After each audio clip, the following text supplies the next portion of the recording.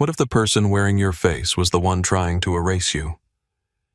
On a rainy night above Chicago, Lena Whitaker sat alone in a rooftop restaurant dressed in ivory, pretending her hands were not shaking beneath the table. She had spent her whole life being the quiet twin, the easy target the woman people looked through instead of at. Then her sister walked in with a smile sharp enough to cut glass and poured red wine down the front of her dress. The room went silent. Lena did too. But from the shadows, Nico Moretti, the most dangerous man in the city, saw what everyone else missed. This is not just a story about revenge. It is about identity power, love, and the moment a woman stops apologizing for surviving. Stay with me until the end and like this video. Comment where you're watching from.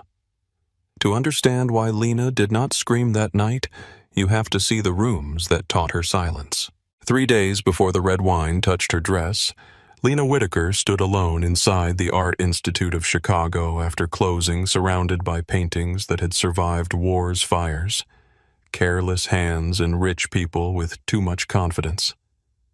The museum was quieter at night. Not peaceful exactly, but honest. No tourists leaning too close to the canvases. No donors laughing with champagne breath. No school groups dragging their fingers along velvet ropes. Just the soft hum of climate control, the pale glow of security lights, and the old patient faces staring out from their frames. Lena loved the museum after dark. In daylight, she moved through it like a guest in her own life. She kept her head slightly lowered. Her voice measured her smile, polite enough to avoid questions. But at night, when the marble floors reflected empty halls and every footstep seemed to belong to memory, she could breathe. She stood over a long table in the conservation prep room, wearing cotton gloves and a navy cardigan buttoned all the way to her throat. Before her lay a collection of small American Impressionist sketches recently donated by a family from Lake Forest. Loose studies mostly. Trees, lake water, a woman's hand resting on a windowsill, children blurred into summer light. The sketches were fragile. Some had water stains at the corners. One had a tear so thin it looked like a vein. Lena bent closer, examining the paper beneath a soft lamp. Her dark hair slipped forward and she tucked it behind one ear without looking away. "Most people miss this," a voice said from the doorway. Lena flinched. Her shoulder struck the edge of the table and one gloved hand flew to her chest. "Dr. Helen Marsh!" Her supervisor stood there with a paper cup of coffee and an apologetic expression. "I'm sorry," Helen said. "I thought you heard me come in." Lena forced a small smile. "It's okay. I was focused." Helen stepped inside, careful not to come too close to the sketches. She was in her late 50s, silver-haired, sharp-eyed, the kind of woman who could silence a boardroom with one raised eyebrow. To Lena, Helen had always felt like a lighthouse, distant, steady, impossible to fool. "What did I miss?" Helen asked. Lena looked back at the sketch. The hand. Helen moved nearer. The hand Lena pointed without touching. The rest of the page is loose. Fast lines, almost careless. But the hand is different. He slowed down here. See the pressure, the curve of the thumb. He wasn't sketching a model. He knew her. Helen studied it for a moment. Then she smiled. "You have an eye, Lena." Lena looked down too quickly. Praise always felt like a hot light on her face. Helen noticed, but she did not push. "You see what other people miss? That's easier than being seen," Lena said before she could stop herself. The words sat between them. Lena wished she could take them back and fold them into one of the archive boxes. Seal the lid, label them properly, and pretend they belong to someone else. Helen's voice softened. "Is everything all right?" Lena reached for the condition report. "Yes, just tired." It was the answer she gave when the truth had teeth. Helen did not believe her. She also did not embarrass her by saying so. "Go home soon," Helen said. No painting is worth you falling asleep on the red line. Lena nodded. I just want to finish this page. Helen lingered another second, then left with her coffee, her footsteps fading down the hall. Lena exhaled slowly. Her phone buzzed. The sound cut through the quiet like a blade. She knew who it was before she looked. Sloane. The screen lit up with a message. Don't wear blue tomorrow. It makes you look washed out. Lena stared at it. Her thumb hovered over the screen. Another message appeared. And don't do that thing where you over-explain your job. Men hate that. A third. Maya told me about the date. Try not to embarrass us. Lena closed her eyes. There it was, that small word. Us. Sloane had always used it like a leash. They were twins, identical enough that strangers still stared when they stood side by side. Same gray-blue eyes, same dark hair, same heart-shaped face, same mouth, at least in shape. But Sloane had learned how to turn that mouth into a weapon. Lena had learned how to press hers shut. When they were little, people called them mirror girls. At birthday parties, adults asked them to stand together for pictures. Teachers mixed them up. Their mother dressed them in matching outfits until they were 12 and old enough to hate it in different ways. Sloane loved the attention. Lena loved the moments after when everyone forgot to look. Her phone buzzed again. Seriously, Lena, don't try to become me tomorrow. Lena placed the phone face down on the table. The sketches waited beneath the lamp, gentle and patient. She wished paper could give advice. She trusted old paper more than most living people. By the time she finished the condition notes, snow had begun to drift against the museum windows, fine and silver softening Michigan Avenue into a blur of headlights and wet pavement. Lena packed her bag, locked the files, and walked through the gallery one last time. She paused before a portrait of a woman in a black dress. The woman looked straight out of the frame. Chin-lifted fingers relaxed against her lap. She seemed calm, but not soft. Beautiful, but not available, as if the painter had caught her in the exact second before she decided whether to forgive someone. Lena stood there longer than she meant to. You look like you know who you are, she whispered. The woman did not answer. Outside, Chicago was cold enough to bite. Lena pulled her coat tight and walked toward the train station with her bag pressed against her ribs. The city moved around her in sharp sounds. Brakes hissed. A man cursed into his phone. A woman in red boots laughed as she stepped over a slush puddle. Somewhere, a siren rose and disappeared between the buildings. Lena liked Chicago because it did not ask permission to be itself. The wind shoved against skyscrapers. The lake turned violent without apology. Even the alleys seemed to have opinions. She envied that. At her apartment in Wicker Park, she found a package waiting outside her door. No return address. Her name written in Sloane's perfect slanted handwriting. Lena stood in the hallway, keys still in her hand. Her neighbor's television murmured behind a wall. Someone upstairs dropped something heavy. The radiator clanked like an old man clearing his throat. Lena picked up the package and brought it inside.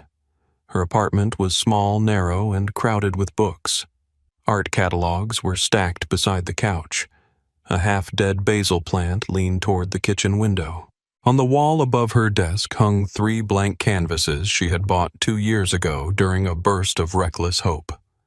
They were still blank. She set the package on the table and opened it carefully. Inside was a dress. Ivory. Simple. Elegant.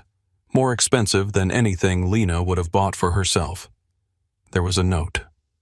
For your date, since you were probably going to dress like a substitute teacher. Lena held the dress by its straps and stared. It was beautiful. That was the cruel part. Sloane never gave ugly gifts. Ugly would have made it too easy to refuse. Lena's phone rang. Maya. Lena answered on the second ring. Please tell me you are not canceling, Maya said without greeting. Lena looked at the dress. Hello to you too. I know that voice. What voice? The voice of a woman preparing to fake food poisoning. Lena sat on the edge of the couch. I'm not faking anything. Good. Because Evan is nice. You keep saying that like nice is a personality. In Chicago, nice is a luxury item. Despite herself, Lena smiled. Maya Collins had been Lena's best friend since college, when Maya found her crying in the laundry room because Sloan had shown up at a campus party wearing Lena's sweater and kissing the boy Lena liked against the stairwell wall. Maya had handed Lena a bottle of water and said, Your sister has the emotional range of a tax audit. Lena had laughed so hard she hiccuped. They had been friends ever since. Maya was bold in every place Lena was careful. She wore bright lipstick to morning meetings. She sent back bad coffee. She argued with parking signs as if the city itself could be reasoned with. She loved Lena fiercely, but sometimes love made her impatient. You don't have to marry him, Maya said. Just sit at a table and let a man ask you questions without assuming he has been sent by your sister to ruin your life. Lena went quiet. Maya sighed. Sorry, too much no. Accurate. I just want you to have one night that belongs to you. Lena touched the ivory dress. Sloan sent me something to wear. The silence on the line changed. Throw it away, Maya said. It's expensive. That is not a moral argument. It's also pretty. That is how she gets you. Lena looked across the room at the blank canvases. I know. Then don't wear it. Lena should have agreed. She should have put the dress back in the box and left it outside Sloan's building like a dead bird. Instead, she ran her thumb over the fabric. I might, she said softly. Lena. I know. I know. No, I don't think you do. She gives you things so she can say she made you presentable. She hurts you and then hands you lipstick. Lena closed her eyes. That was true. But truth did not always make a person stronger. Sometimes it only named the cage. I'll think about it, Lena said. Maya exhaled. Fine. But promise me you'll go. Lena hesitated. Lena, I'll go. And promise me you'll stay at least 30 minutes. Maya. 30 minutes. You can survive anything for 30 minutes. You survived my experimental vegan chili phase. That nearly killed me. But it didn't. See, strong woman? Lena laughed, and for a moment the apartment felt warmer. After they hung up, Lena carried the dress to her bedroom and hung it on the closet door. It glowed softly in the low light, innocent as fresh snow. She hated that she wanted to wear it. She hated more that she could already hear Sloane's voice if she did not. You looked awful because you never listen.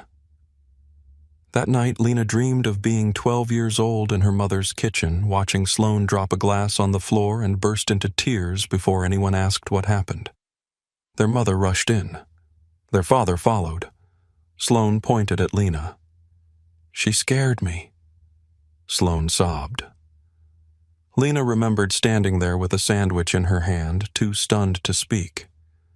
Her mother looked tired. Her father looked disappointed. Lena, he said, why can't you two just get along? That sentence became the wallpaper of her childhood. Why can't you two get along? Not Sloane. Why did you lie? Not Lena. Are you okay? Just peace at any cost. And Lena was always the cheaper price. The next morning she woke before her alarm with her jaw aching. Snow had turned to rain. Water crawled down the window in uneven lines. At work, Lena tried to disappear into tasks. She answered emails, checked shipment logs, reviewed donor notes. She almost managed a normal morning until noon when she stepped into the staff break room and saw Sloane on the television mounted near the vending machines. Not in person. Worse. on a local lifestyle segment. Sloane sat on a pale sofa in a blush-colored suit, legs crossed, smile perfect. The caption beneath her name read Personal Brand Consultant and Women's Confidence Coach. Lena stood frozen with her coffee in her hand. Sloane was speaking warmly about boundaries. Women are taught to shrink, Sloane said to the host. We are taught to apologize for wanting space, wanting beauty, wanting success. I always tell my clients, stop dimming yourself to make other people comfortable. The host nodded as if receiving scripture. Lena's coffee burned her palm through the paper cup. A younger staff member glanced at the screen, then at Lena. Is that your sister, Lena? Forced a smile. Yes, she's amazing. You two look exactly alike. No, Lena thought. We don't. But she said, people say that. On television, Sloane laughed gently. My twin sister is very private. I always joke that I got all the spotlight genes. The host laughed. The staff member smiled at Lena. That's cute. Lena looked down into her coffee. Cute. That was another word people used when they did not want to look closer. After lunch, Helen found Lena in the archival storage room pretending to check humidity readings. I saw your sister on TV, Helen said. Lena adjusted a dial that did not need adjusting. A lot of people did. Helen came to stand beside her. Do you want to talk about it? No. A pause. Then Helen said, all right. Lena appreciated her for that. Some people kicked at locked doors and called it concern. Helen simply stood nearby and let Lena keep the key. The rest of the day passed in fragments. A donor complained about a delayed catalog note. A visitor tried to bring coffee into a gallery. Lena found a mislabeled crate in storage and corrected it with such intense focus that she forgot to eat. At 5:30, Maya texted her. 7:30. Don't be late. Don't overthink. Don't let Sloane into your head rent-free. Lena replied. Too late for that, Maya sent back. Then raise the rent. Lena smiled despite herself. She left work early, went home showered, and stood in front of the ivory dress for a full 10 minutes. Then she put it on. The woman in the mirror looked like Lena, but softer around the edges. The dress skimmed her body without clinging. Her collarbones looked delicate, almost brave. She wore her hair low at the nape of her neck and fastened her pearl earrings with careful fingers. For one dangerous second, she liked what she saw. Then her phone buzzed. Sloane. Send me a picture before you leave. Lena stared at the message. She typed, no. Deleted it. Typed, I'm busy. Deleted that too. Then she turned the phone face down. It rang immediately.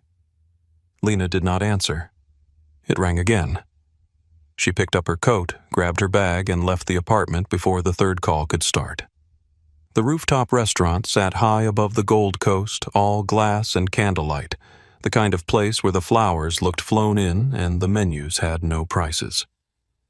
Lena arrived 10 minutes early because anxiety always made her punctual. A hostess with smooth blonde hair led her to a corner table near the windows. Your party has not arrived yet, the hostess said. That's okay. Would you like something to drink? Water, please? The hostess smiled and left. Lena sat down carefully, smoothing the dress beneath her. Beyond the glass, Chicago glittered in the rain.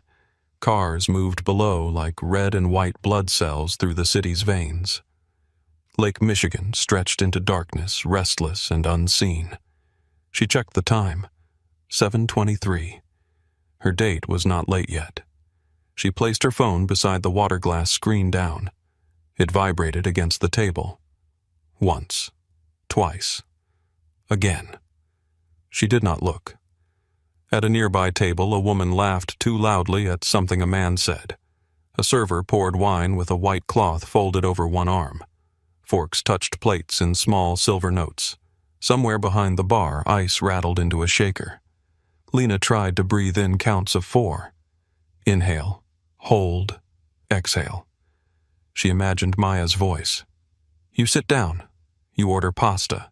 You ask him about his childhood trauma like every other woman in Chicago." Lena almost laughed. Then the elevator doors opened across the restaurant. A group entered first, 2 men in suits, a woman in emerald silk, then another man, tall and dark-haired, moving with the calm weight of someone used to rooms making space for him. Lena did not know his name yet, but she noticed the reaction. A server straightened. The hostess lowered her voice. A man at the bar looked over, then quickly looked away. The dark-haired man spoke briefly to someone beside him, his face half turned toward the windows. For 1 second his gaze moved across the room and touched Lena's table. Not lingered. Touched, like a match struck in a dark hall. Lena looked down at once. Her phone vibrated again. This time irritation rose through her fear. She flipped it over. Sloan had sent 6 messages. "Are you ignoring me? That dress better not be wrinkled. Where are you sitting? Who is he? Lena, answer me. Do not make me come there."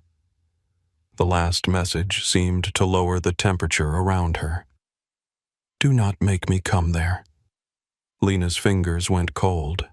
She looked toward the elevator. Nothing. No Sloan. Just strangers. Candlelight. Rain on glass.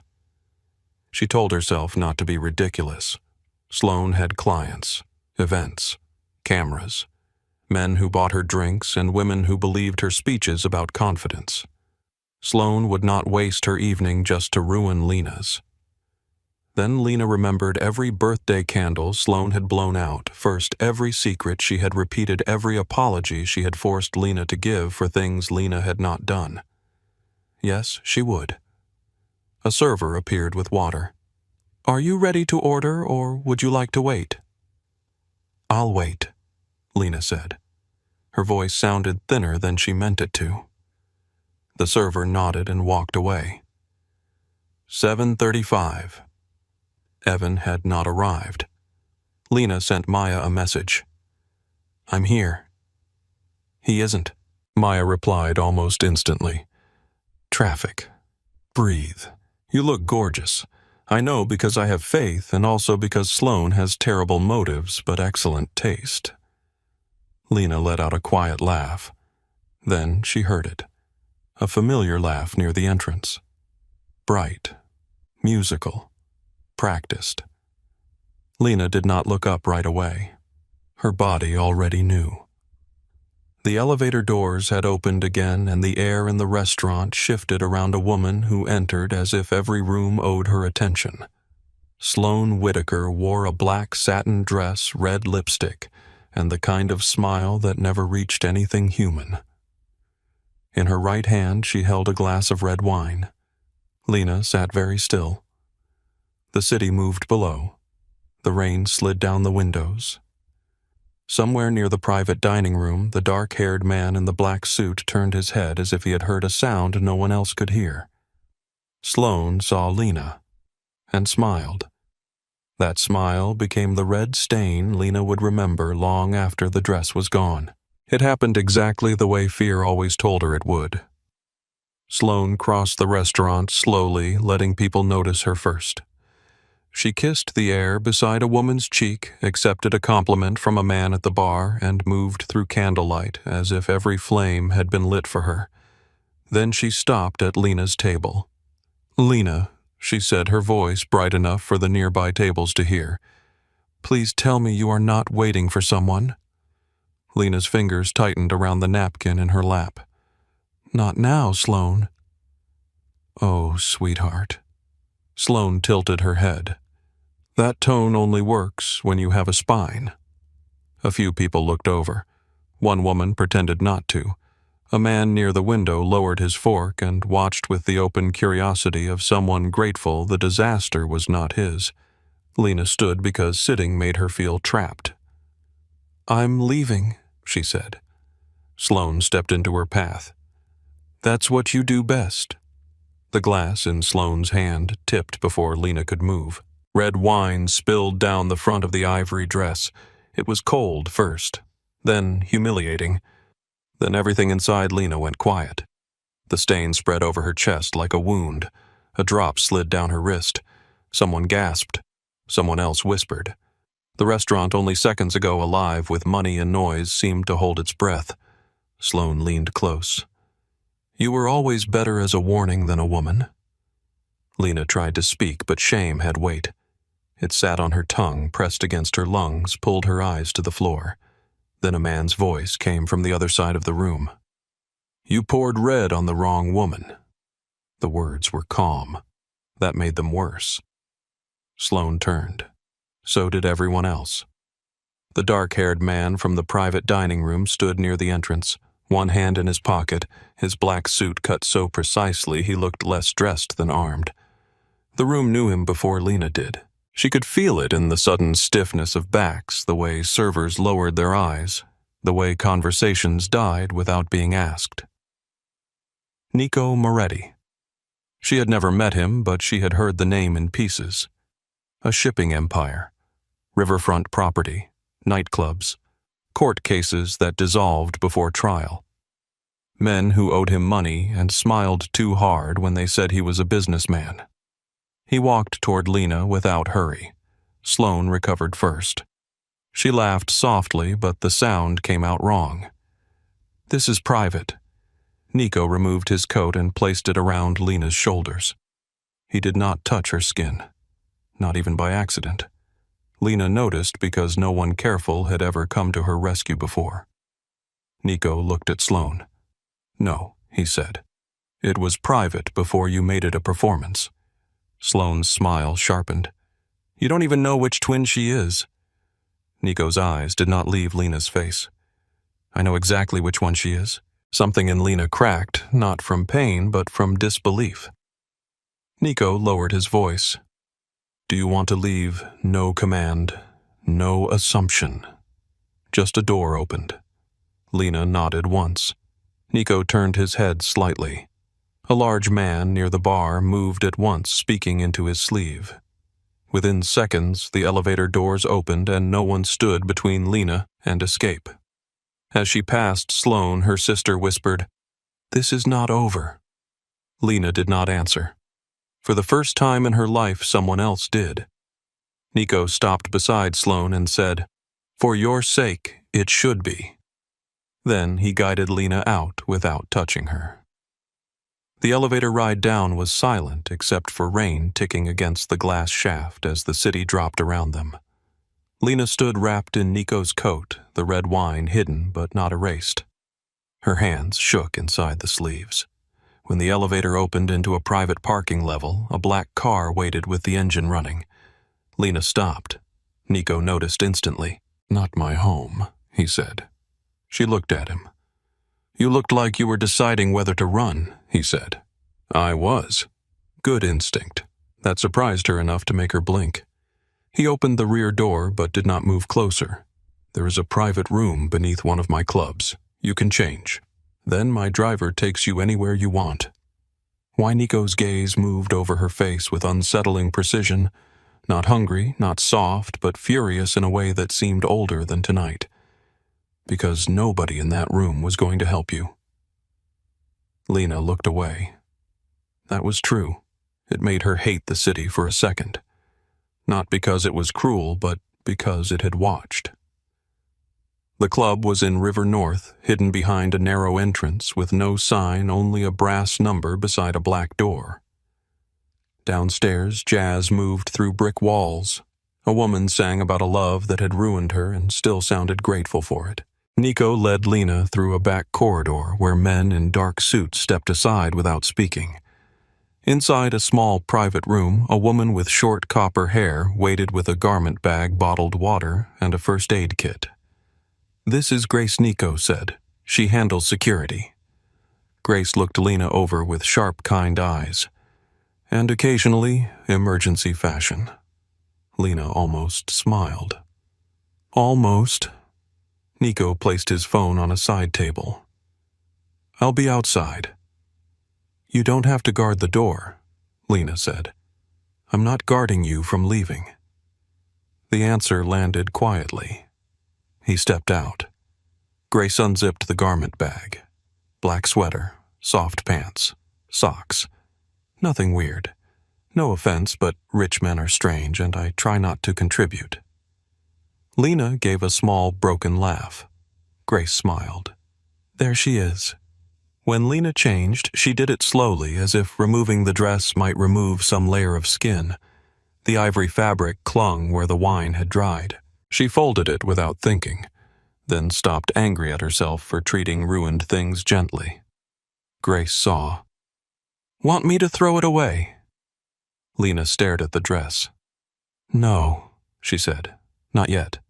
When she stepped back into the hall, Nico was alone. He looked at the ruined dress over her arm, then at her face. Did she hurt you anywhere else? The question was too direct. Lena tightened her grip on the dress. Do you rescue strange women often? Only when someone tries to break them in public. I wasn't broken. No, he said. You were trained not to make a sound. The hallway seemed to tilt. Lena took one step back. You don't know me? No. Then don't talk like you do. Nico accepted that without flinching. Fair. That bothered her more than if he had argued. A driver took her home in silence. Nico did not come with her. He did not ask for her number. He did not make promises. He simply stood outside the club in the rain until the car turned the corner, his black shirt open at the throat, his coat still around her shoulders. The next morning, Lena woke on her couch with every light in the apartment on. Her phone showed 37 missed calls from Sloan. There were messages too stacked like stones. You embarrassed me. You always do this. He looked at you because he felt sorry for you. Do not confuse pity with desire. The final message was a voicemail. Lena should have deleted it. Instead, she pressed play. Sloane's voice filled the apartment, soft and poisonous. You think he chose you? Men like Nico Moretti do not choose girls like you, Lena. They collect broken things. They put them on a shelf. Then they get bored. Call me when you are done pretending this is love. Lena set the phone down. The word love felt absurd, dangerous, impossible. She had known Nico for less than an hour. Still, Sloane sounded afraid. That was new. By noon, Maya arrived with coffee bagels and rage. She took one look at the wine-ruined dress on Lena's kitchen chair and said, I am going to jail. No, you're not. I can make friends in jail. Maya. I am charming under pressure. Lena sat at the table wrapped in Nico's coat. It still smelled faintly of cedar rain and expensive smoke. Maya noticed. Is that his? Lena looked down. He put it around me. And did he say something terrifying but attractive? Lena tried not to smile. Maya pointed at her. He did. Of course he did. Men like that always speak in weaponized poetry. He asked if I wanted to leave. Maya's face softened. Oh, that one word held more understanding than any speech. For 2 days, Lena did not return the coat. She told herself she was busy.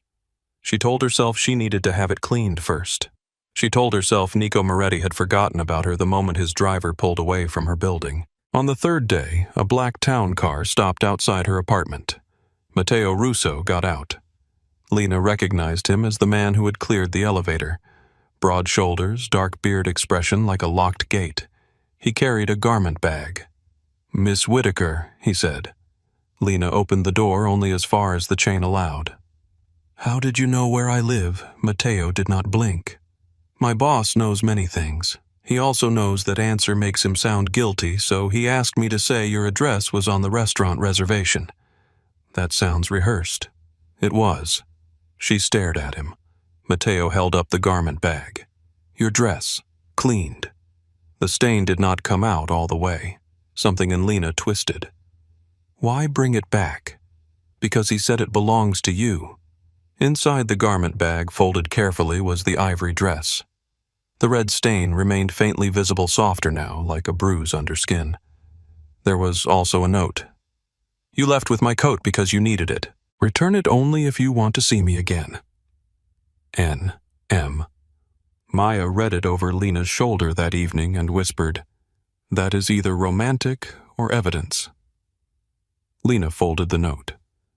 "You already said that about men with initials, and I remain correct. I'm returning the coat." "Because you want closure." Lena did not answer. Maya's eyes narrowed. "You want to see him. I want to return his property." Lena: "It's an expensive coat. So is therapy, but you avoid that too." The next afternoon, Lena walked into Moretti Harbor Logistics with the coat folded over her arm and her heart performing poorly under pressure. The building stood along the Chicago River, glass and steel catching the winter light. Inside the lobby smelled of polished stone and money. A receptionist looked up, heard Lena's name, and immediately called upstairs. No waiting. That frightened Lena more than rudeness might have. Nico's office occupied the top floor. It was not what she expected. No gold, no vulgar proof of wealth. Dark wood shelves, large windows, a desk with nothing out of place. One painting on the wall behind him showed Lake Michigan during a storm, the water black-green, the sky torn open with light. Nico stood when she entered. Again, no surprise on his face. Just attention. Miss Whitaker, Mr. Moretti. His mouth moved slightly, not quite a smile. "That sounds like a deposition. It feels like one. Should I be worried? Probably." She held out the coat. He did not take it right away. "Did you want to see me again?" Lena hated the heat that rose in her face. "I wanted to return this." That was not the question. "No," she said. It wasn't. The answer pleased him more than agreement. He took the coat and laid it over the back of a chair. Lena looked at the painting because it was safer than looking at him. "That's not decorative," she said. Nico turned. No. It's too lonely." He studied her. Most men, when told something true by surprise, tried to laugh it off. Nico did not. "What is it then?" Lena stepped closer to the painting. Grief. The room became very still. "Most people say it is expensive," Nico said. "Most people are afraid of quiet things. And you are not." Lena looked at the dark water in the painting. "I am afraid of plenty." Nico's voice lowered. "Your sister is one of them." Lena stiffened. There it was. The door she did not want opened. "She is cruel," Lena said. "That is not the same as dangerous." Nico came around the desk but stopped several feet away. "Cruel people become dangerous when cruelty stops working. You sound certain." "I am. You do not know her. I know people who need control more than air." Lena turned from the painting. "And what do you need?" His eyes held hers. "Order. That sounds like control with better manners." This time he did smile. Maybe. A strange quiet stretched between them, charged and uneasy. Then his office door opened. Matteo stepped in. "Boss." Nico's expression changed by a fraction. Matteo looked at Lena, then back at Nico. "She is downstairs." Lena felt the blood leave her face. Nico did not ask who. Sloane. In the lobby, Sloane Whitaker stood dressed like Lena. Not exactly. That would have been too obvious. But close enough to make the point. Soft beige coat, minimal makeup, hair pinned low, pearl earrings, a performance of gentleness. Nico watched the security feed from his office screen. Lena stood beside him, cold from the inside out. Sloane smiled at the receptionist and touched her throat in a nervous little gesture Lena recognized because it belonged to her. "She is copying me," Lena whispered. Nico's jaw tightened. On the screen, Sloane said something. The receptionist picked up the phone. Nico pressed a button on his desk. "Send her up." Lena looked at him sharply. "What? She came to be seen." "I don't want to see her. You do not have to." He looked at Mateo. "Take Miss Whitaker to the private conference room. Audio only if she chooses." "I am not hiding," Lena said. Nico looked at her. "Then stay." Sloane entered Nico's office with Lena's face and none of Lena's fear. Her eyes flicked to Lena, then away as if she had expected her to be gone. "Nico," Sloane said softly, "I wanted to apologize for the other night. I was nervous. I behaved badly." Lena stared at her. Nico leaned against the edge of his desk. "You are apologizing to me." Sloane's smile held. "To both of you, of course." "No," he said. "You came here because you thought she would not be here." A flicker. Tiny, but there. Sloane gave a breathy laugh.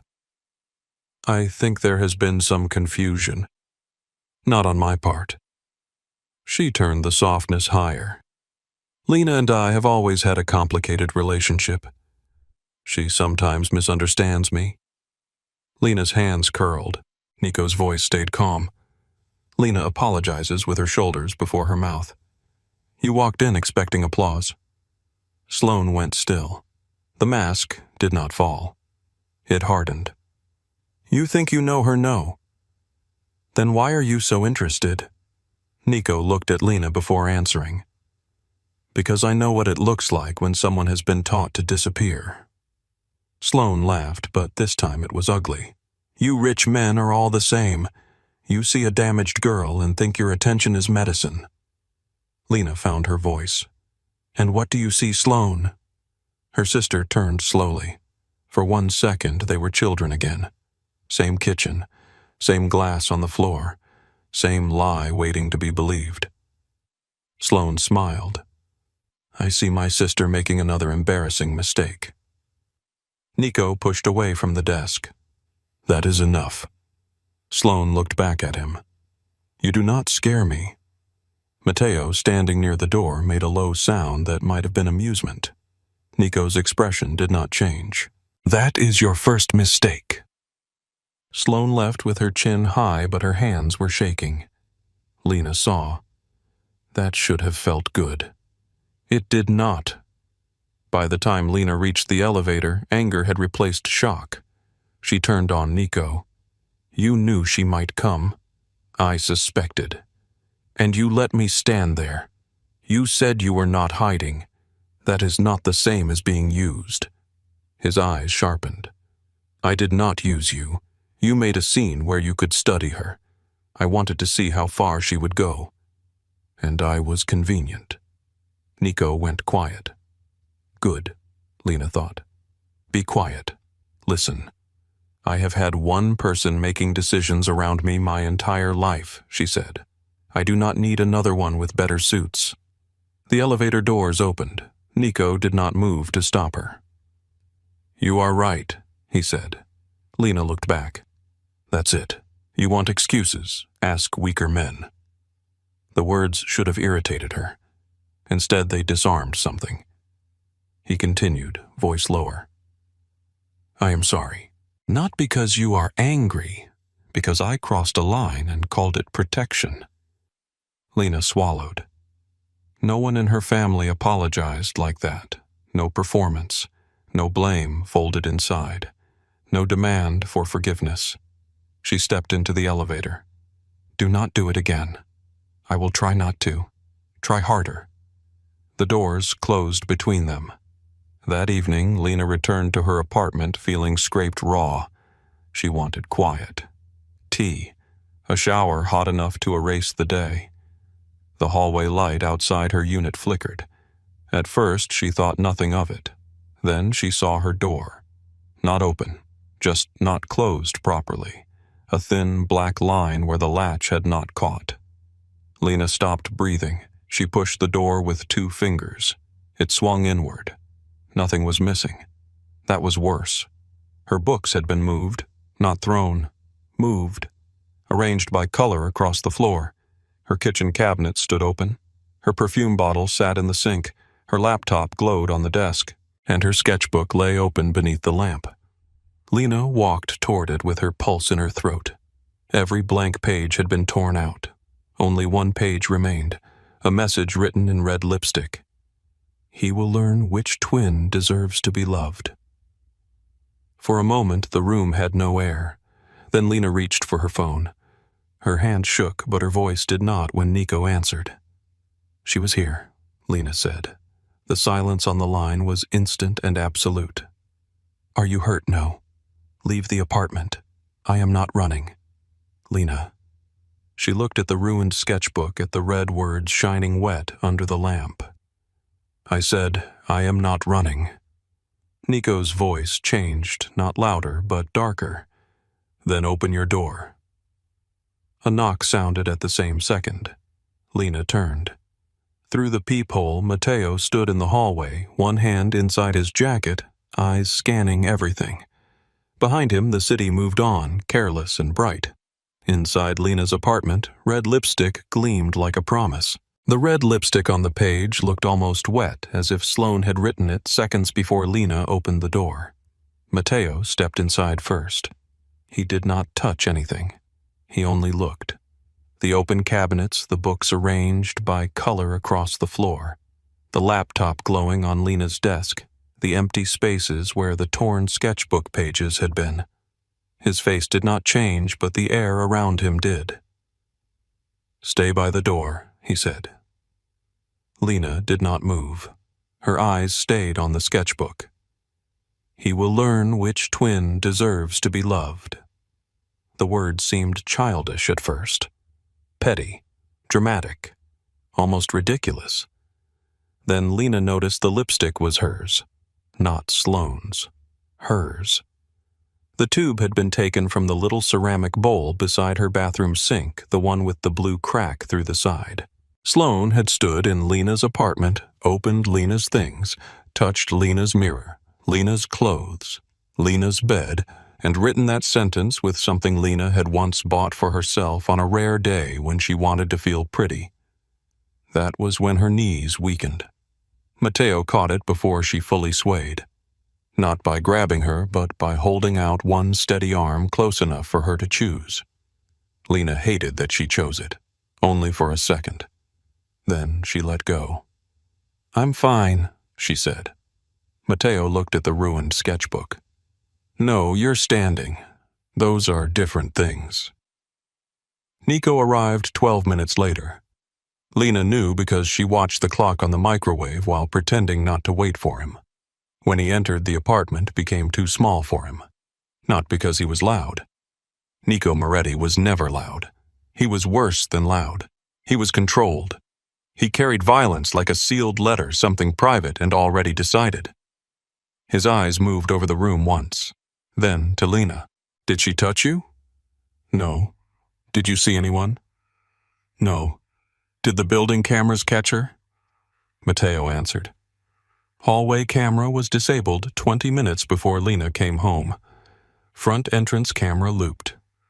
Lena looked at him. Looped. Someone replaced the live feed with old footage. She stared at the open laptop. Sloane cannot do that. Nico's gaze sharpened. No, but she can pay someone who can. Lena wrapped her arms around herself. I want to call the police. Then call. She expected him to argue. He did not. That made the call harder. The officers arrived nearly an hour later, 2 men in dark blue coats with tired eyes and snow melting on their boots. They were polite. They asked questions. They took photographs. One of them wrote slowly in a little notebook, while the other glanced at Nico, then Matteo, then back at Lena with a careful expression that said he knew exactly who stood in her apartment, and wished he did not. Was anything stolen? The older officer asked. My sketchbook pages. Anything of value? Lena looked at him. Those were of value. He nodded too quickly. Of course. I mean, money value. No. No forced entry. No. Could your sister have had a key? She was not supposed to. The younger officer looked around the apartment. Family situations can get complicated. Lena felt the sentence slide under her skin. Family situation. That was what people called harm when they wanted it to sound smaller. Nico stood near the window, silent. The officer continued. We can file a report. Without clear footage or evidence of forced entry, it may be difficult to prove who entered. She wrote a threat, Lena said. With your lipstick, the officer replied gently. We will document it. Lena looked at the red words again. Document. A soft little word for being hunted. When the police left the apartment, felt less safe than before they came. Nico turned to her. You cannot stay here tonight. I know. You can stay at one of my places. No. His jaw tightened. Lena. I said no. Matteo looked away, suddenly very interested in the window. Nico held her gaze. Then choose somewhere else. Maya's. A hotel. The museum basement. I do not care, but not here. Lena wanted to resist just because he sounded right. That was how tired she was. She had spent so many years obeying Sloane that even good advice felt like a trap if it came from a strong voice. I'll go to Maya's, she said. Nico nodded once. Matteo will drive you. I can take a cab. No. The word landed hard. Lena's eyes flashed. Nico caught himself. His shoulders shifted almost nothing but enough. Please, he said. Let Matteo drive you. That one word changed the shape of the room. Lena looked at the sketchbook, then at the door, then at her own shaking hands. All right. Maya opened her apartment door in sweatpants and fury. She pulled Lena inside and hugged her so tightly Lena could barely breathe. I should have known, Maya whispered into her hair. I should have seen how bad it was. Lena stood stiff at first. Then the stiffness broke. She pressed her face into Maya's shoulder. I didn't want anyone to know, Lena said. I know. No, I mean I really didn't. Because if people knew and still nothing changed, then it would be worse. Maya pulled back, her eyes wet. I pushed you into that date. You did not pour the wine. I put you in the room. Sloane hurts me in every room. Maya covered her mouth with one hand. Lena almost apologized for making her cry. Then she did not. That was new. The next morning, the museum placed Lena on administrative leave. The email came at 9:12, crisp and professional, with words like concern integrity, donor, confidence, and temporary review. Helen called 2 minutes later. Lena, she said, voice low, I need you to listen to me before you panic. Too late, Lena thought. She sat at Maya's kitchen table while Maya stood across from her in a robe reading the email over her shoulder with growing disbelief. Helen continued. Several anonymous complaints were sent to the board last night. They claim you accessed donor records for personal reasons. There are screenshots. I did not. I know. Lena closed her eyes. Helen's voice softened. I know you did not. But there is a process now, and until I can prove it, they want you away from the collection. Away from the collection. The museum had been the one place Sloane could not enter because Sloane did not understand reverence. She understood attention. She understood applause. But she did not understand the quiet devotion of preserving something fragile because it mattered. Now she had reached in and touched that too. After the call, Lena sat very still. Maya began pacing. This is insane. This is criminal. This is lawsuit territory. This is my villain origin story. Lena looked at her phone. There was a message from an unknown number. You never should have brought him into this. Attached was a photo of Lena entering Nico's office the day before. Her stomach turned. She called Nico. He answered on the first ring. She got to the museum, Lena said. I know. The words made her freeze. You know Grace flagged the emails this morning. They came through layered accounts. Not clean, but not sloppy either. Why didn't you tell me? Because I was waiting until we knew more. I lost my job. You are on leave. Not fired. That is not comfort.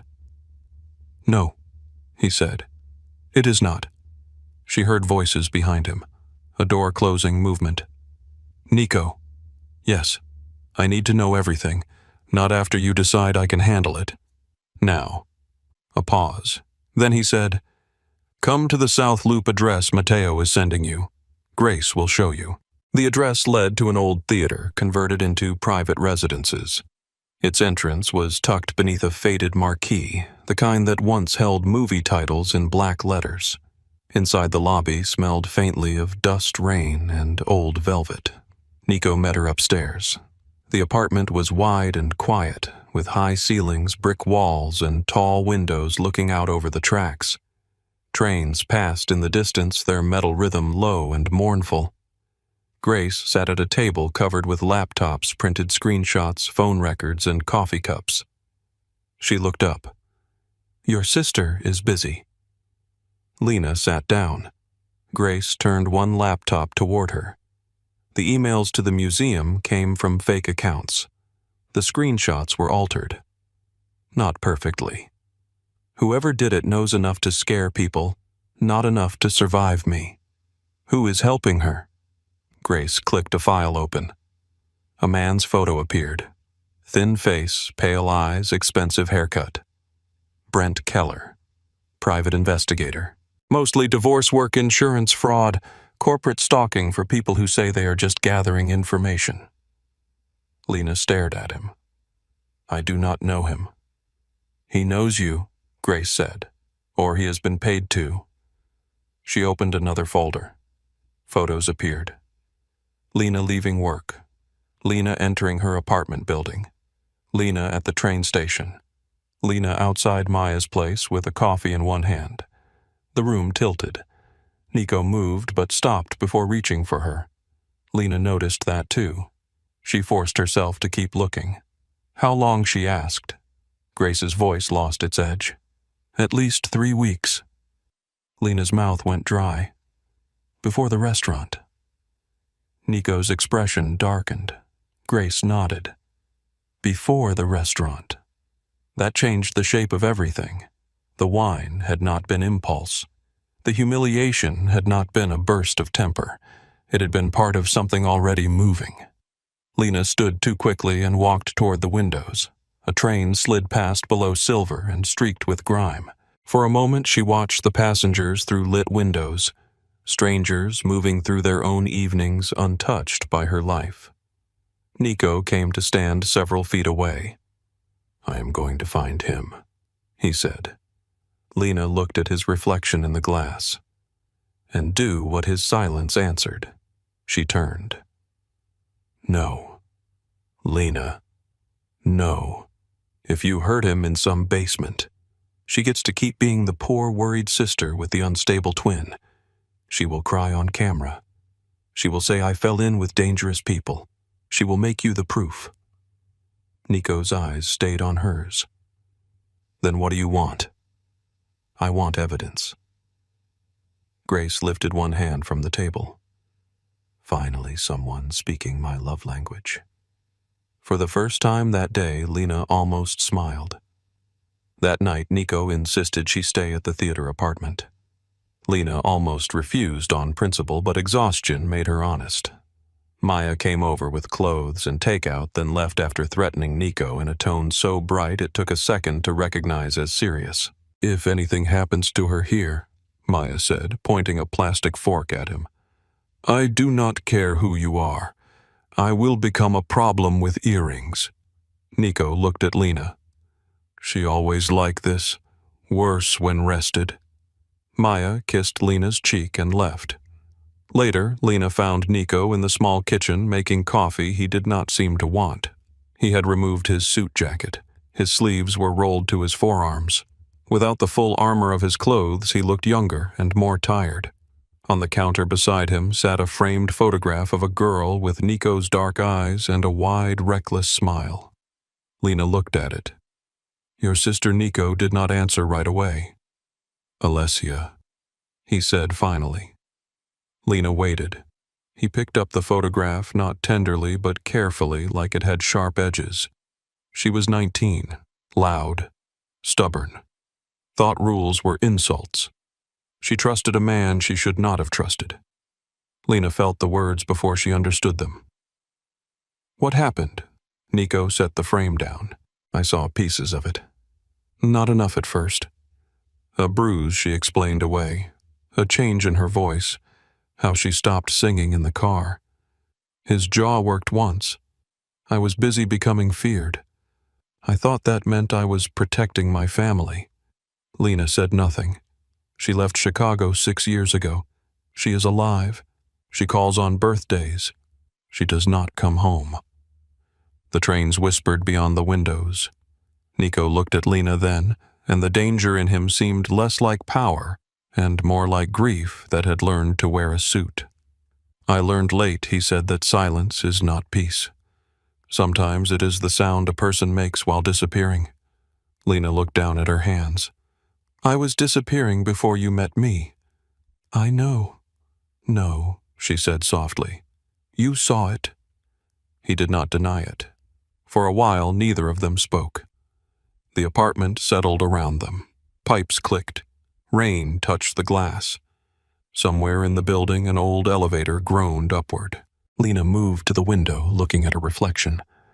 In the dark glass, her face floated over the city lights. Sloane's face. Her face. The same outline. Different ghosts. Nico stood behind her, close enough for warmth, far enough for choice. What do you see? He asked. Lena's throat tightened. Her. No. You cannot tell me what I see. I can tell you when you are lying. She turned, anger rising, but it faded when she saw his face. He was not teasing. He was not commanding. He was asking her to look again. Lena faced the window. This time she tried to separate the features from the history attached to them. The eyes were tired, yes, but they were hers. The mouth had been quiet too long, but it was hers. The face had been borrowed, copied, weaponized, compared, but it had never stopped belonging to her. Her reflection blurred. Nico's voice was low. There you are. She turned before she could lose courage. They were close now. Too close for pretending. Nico's gaze dropped to her mouth, then returned to her eyes, asking without words. Lena wanted to lean in, wanted it with a force that frightened her. But fear and want were tangled together, and she did not trust the knot. I don't know if I want you because I'm free, she whispered, or because I'm scared. Nico did not move. Then we wait. The simplicity of it hurt more than pressure would have. The next morning, Sloane posted a video. Maya sent it first with a message that said, Do not watch this alone. Lena watched anyway. Sloane sat in soft morning light, wearing no visible makeup except the kind that took 40 minutes to look natural. Her eyes were red, her voice trembling. My sister Lena has always been private, she said to the camera. And fragile. I have protected her for years, sometimes from herself. Recently she became involved with a dangerous man, and I am terrified she is being manipulated. Lena's skin went cold. Sloane looked down, then back up.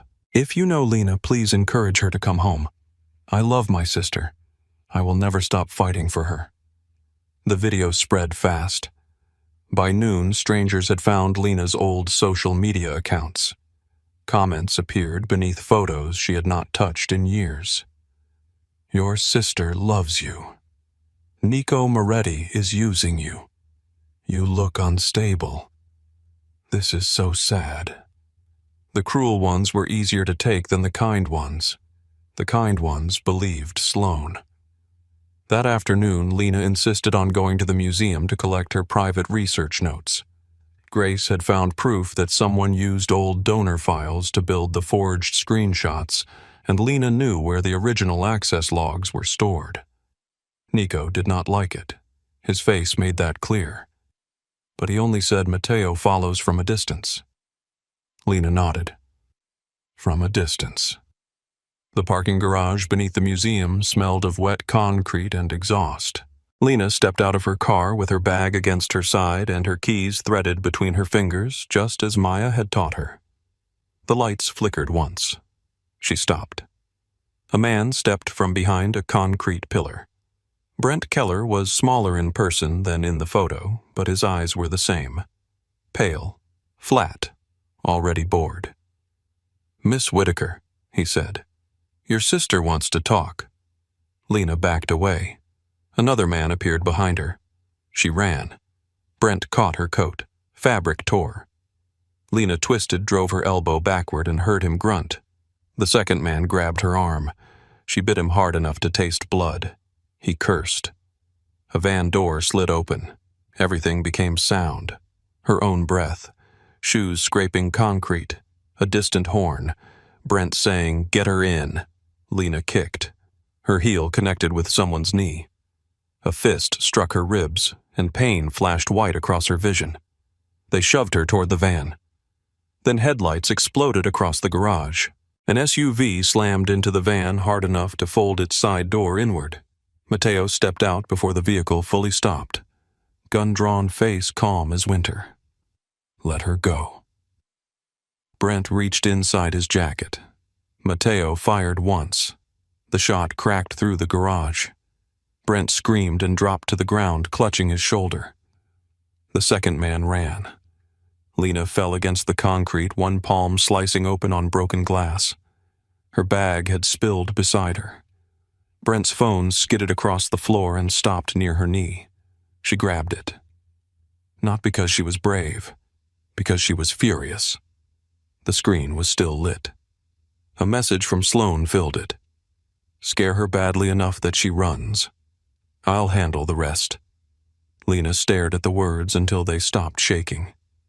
Nico arrived minutes later. He crossed the garage with murder in his eyes. Lena pushed herself upright before he reached her. Blood ran down her palm. Her ribs burned.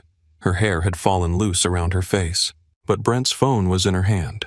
Nico stopped in front of her, breathing hard. For once, his control had cracks. "Lena."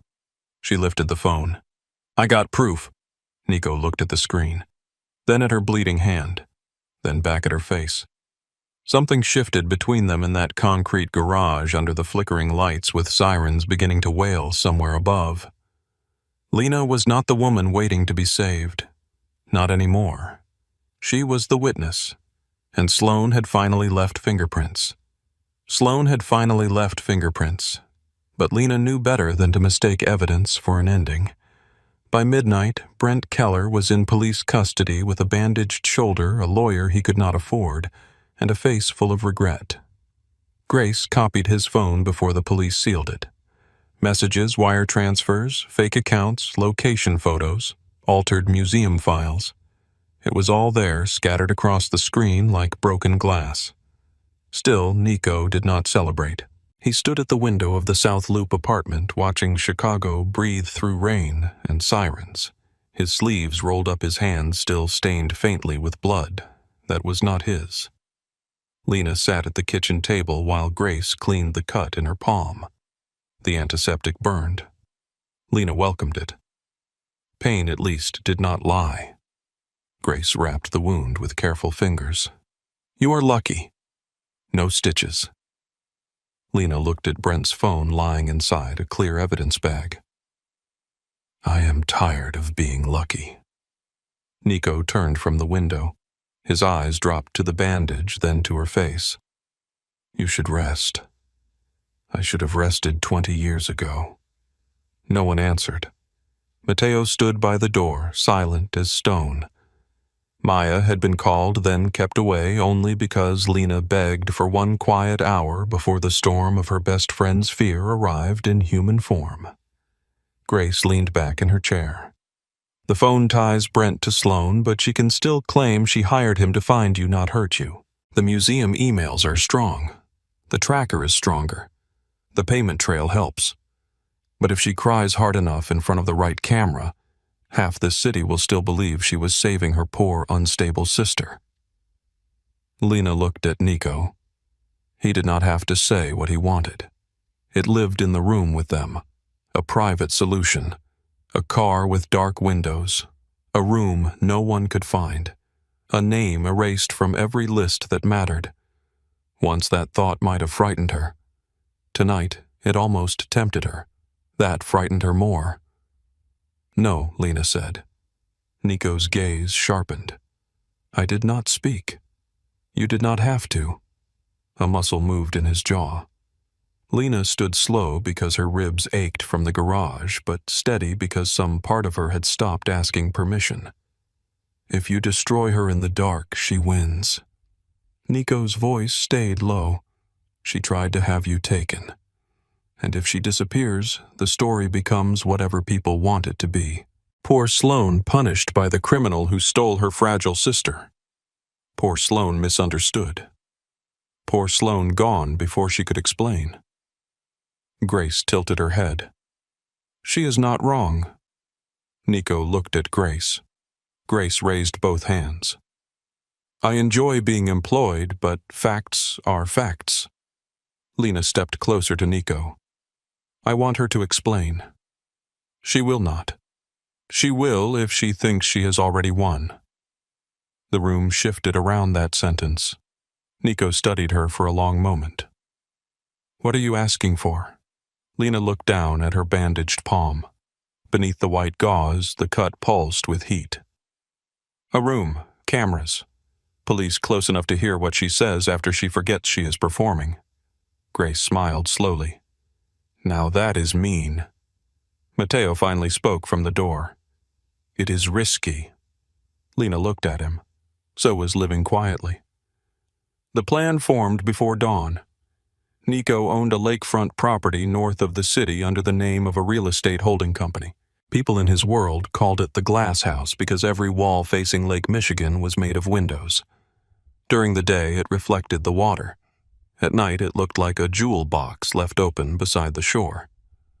It had private roads, hidden cameras, 3 exits, reinforced glass, and a security system Grace described as unnecessarily dramatic, which meant she approved of it. By morning, Lena had sent Sloan a message from her own phone. I am tired. You were right. I need to leave Chicago. I want to talk before I go. Sloan did not answer for 11 minutes. Those 11 minutes felt longer than childhood. Then the reply came. Alone. Lena typed back. Yes. Another pause. Then, send the address. Lena stared at the screen until the words blurred. Nico stood behind her but did not look over her shoulder. You can still stop, he said. Lena almost laughed. That is the first honest lie you have ever told me. It is not a lie. Yes, it is. I can stop this meeting. I cannot stop her. Not unless someone finally sees what she is.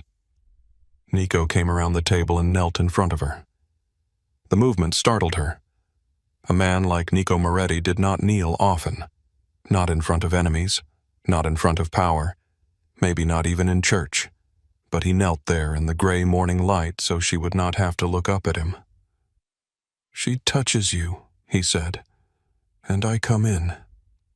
Lena held his gaze. If she touches me and I am still standing, you wait. His eyes went dark. Nico. He looked away first. That told her the truth. He could order men to bleed without blinking, but waiting while someone hurt her was the one violence he did not know how to survive. Lena reached out and touched his cheek with her uninjured hand. I need to do this without being rescued too soon. He closed his eyes for 1 second. When he opened them, he nodded. The glass house waited under a hard silver sky. Rain had stopped, but the lake was restless, throwing itself against the rocks below as if it wanted inside. The house sat at the end of a private drive, sharp and beautiful, all glass stone and reflected water. It did not feel like a home. It felt like a confession no one had made yet. Grace arrived first and filled the walls with invisible eyes. Mateo walked the property twice. 2 detectives waited in an unmarked car beyond the gate, close enough to move far enough to let Sloane bury herself. An assistant state attorney listened from a secure line in the surveillance room. Every angle was covered, every microphone tested, every exit watched. Lena watched all of it in silence. Then she went upstairs to change. The red dress lay on the bed. Maya had brought it and hated it on sight. "It is gorgeous," Maya said from the doorway, arms folded. "I hate that it is gorgeous." Lena touched the fabric. Deep red. Simple cut. Long sleeves. No sparkle. No apology. "I need to wear it." "I know," Maya said. "That is why I hate it." Lena slipped into the dress with careful movements. The bandage on her palm looked bright against the red fabric. She pinned her hair back, then let it down. Pinned it again. Let it down again. Maya came behind her and gently took the pin from her hand. "Leave it," Maya said. "You do not need to look controlled." Lena looked at herself in the mirror. For a breath, she saw Sloane. Then the image changed. No, not changed. Separated. Same face. Different woman. Maya's eyes filled. "Do not cry," Lena said. "I am not crying. You are absolutely crying. I am reflecting light." Lena laughed once, and the sound surprised them both. Downstairs, Nico waited in the main room. He looked at the red dress, then at her face. His expression did not soften. It deepened. "You are sure?" he said. It was not a question. Lena answered anyway. "Yes." Nico stepped closer but stopped an arm's length away. "The word is blue." "I know. If you say it, I come in." "I know. If you cannot speak, drop the glass on the table." "I know." He nodded but did not move away. Lena lowered her voice. "Nico." His eyes lifted to hers. "You promised." The words cut him. She saw it. "I did," he said. Then he walked into the surveillance room and closed the door. The house became too quiet. Lena stood alone in the glass room with the lake behind her and a single untouched glass of water on the table. The sky outside darkened toward evening. The windows caught her reflection from every angle until she was surrounded by versions of herself. It should have frightened her. Instead, she looked back. At 6:30, one headlights appeared at the end of the drive. Sloane arrived in a white coat. Of course she did. She stepped out of the car like a woman entering a photograph. Her hair was smooth, her mouth soft pink. No red lipstick tonight. She had chosen innocence as a costume. The front door opened before she knocked. Mateo stood there. Sloane's eyes flicked over him. "Where is Nico?" "Not here for you." Her smile cooled. "Men like you should speak less." Mateo stepped aside. "Women like you usually say that right before they regret being heard." Sloane entered. Her heels clicked over the stone floor. When she reached the glass room and saw Lena in red, she stopped, only for a second. But Lena saw it. Good. Sloane smiled. Red. Really. Lena stood near the table. "I thought it was time I stopped being afraid of a color." Sloane looked around the room, her gaze traveling over the windows, the furniture, the corners, searching for the trap, searching for Nico, searching for control. "Where is your gangster?" "Close enough. That is not an answer. It is the only one you get." Sloane gave a soft laugh and removed her white coat. Beneath it, she wore a cream dress that made her look delicate, almost bridal. Lena wondered how long she had stood in front of a mirror, choosing the outfit that would make her seem most wounded if anyone saw pictures later. Sloane sat without being invited. So she said, "You are leaving." Lena sat across from her. "Yes." The word came out steady. Sloane relaxed by 1 small inch. "Where? California, maybe. Somewhere quiet." "Good." Sloane leaned back. "Chicago has been too much for you." Lena folded her hands in her lap, hiding the bandage. "You were right about that. I usually am." Silence stretched between them. The lake struck the rocks below. Once, twice, again. Sloane looked at Lena's face more closely. "You look awful. I was attacked in a parking garage." Sloane's expression flickered. "That is dramatic. Brent Keller was arrested." Sloane blinked once. Who Lena almost smiled. There it was. Not fear. Calculation. "You hired him." Sloane sighed as if disappointed by bad table manners. "I hired someone to check on you because you have been acting unstable."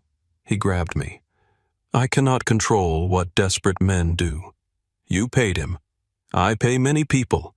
You sent him my schedule. Because you were missing." "I was not missing." Sloane's voice sharpened. "You were with Nico Moretti." The name came out like a curse and a confession. Lena leaned back. This was never about saving me. Sloane smiled again, but the softness was gone. "Do not start. No audience tonight." Sloane's eyes hardened. "No tears for the camera?" Lena asked. Sloane stood and walked toward the windows. Her reflection moved beside Lena's in the glass pale beside red. "You think this dress makes you brave?" "No." "You think because a dangerous man looked at you twice, you are suddenly interesting?" Lena let the words pass through her. Once they would have entered and stayed. Tonight there was no room. "I think you came here because you wanted to hear me say I lost." Sloane turned. "Didn't you?" Lena looked up at her sister. "If I leave Chicago, if I quit the museum, if I step away from Nico, will you stop?" Sloane's smile returned slowly. "There." The door opened. "You always make everything sound so tragic," Sloane said. "I am not asking for much. What are you asking for? Reality." Lena waited. Sloane came closer. "You were never built for this kind of life. Men like Nico ruin women like you. The museum was too much pressure. Social attention was too much pressure. Even being my sister was too much pressure." "Being your sister was not pressure," Lena said. "It was a prison." Sloane slapped her. The sound cracked through the glass room. In the surveillance room, Nico moved so fast his chair hit the wall. Mateo caught his arm. "Boss!" Nico's voice was barely human. "Move." Grace did not look away from the monitors. "She is still standing." On the screen, Lena touched her cheek. Her skin burned. Her eyes watered. But she did not look at the floor. Sloane was breathing harder now. "You always do that," Sloane hissed. That wounded little stare. "Like the world has been cruel to you." "Do you know what it was like growing up next to you?" Lena said nothing. Sloane laughed, once sharp and broken. "Everyone thought you were sweet. Quiet Lena. Sensitive Lena. Talented Lena. Poor Lena. I was the loud one, the vain one, the difficult one. You did not even have to try. You just stood there looking fragile and people wanted to protect you. That is not what happened. That is exactly what happened." Lena stood slowly. "Sloane, you took my scholarship night." Sloane rolled her eyes.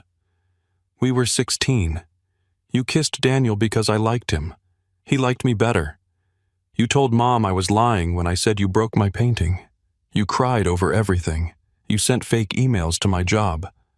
You were going to lose that job eventually. You put a tracker in my purse. I needed to know where you were. You hired Brent. I needed to scare you. The words landed. Sloane seemed to hear them a second too late.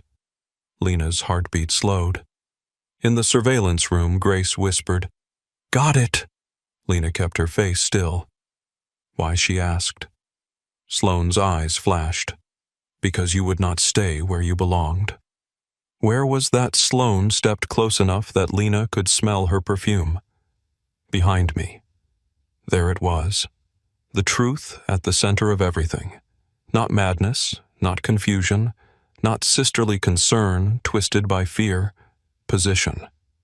Sloane wanted a world where Lena existed only as comparison. Softer. Smaller. Less. The shadow that made the spotlight brighter. Lena looked at her sister and saw for the first time not a monster, but a starving thing. That did not make her less dangerous. It made her pathetic. "You do not love me," Lena said. Sloane's face twisted. "Love. Do you think love is letting someone ruin herself? No. I think love is not needing someone else to disappear so you can feel real." Sloane's hand clenched. Then she reached into her purse and pulled out a small silver drive. Lena's stomach tightened, but she did not step back. Sloane held it between two fingers. "Do you want to know what is on this?" Lena said nothing. "Messages from your laptop, private files, museum documents, edited videos, enough to make Nico look like he groomed you, enough to make you look unstable, enough to make every headline in this city say exactly what I tell it to say. You would ruin both of us." Sloane smiled. "No, Lena.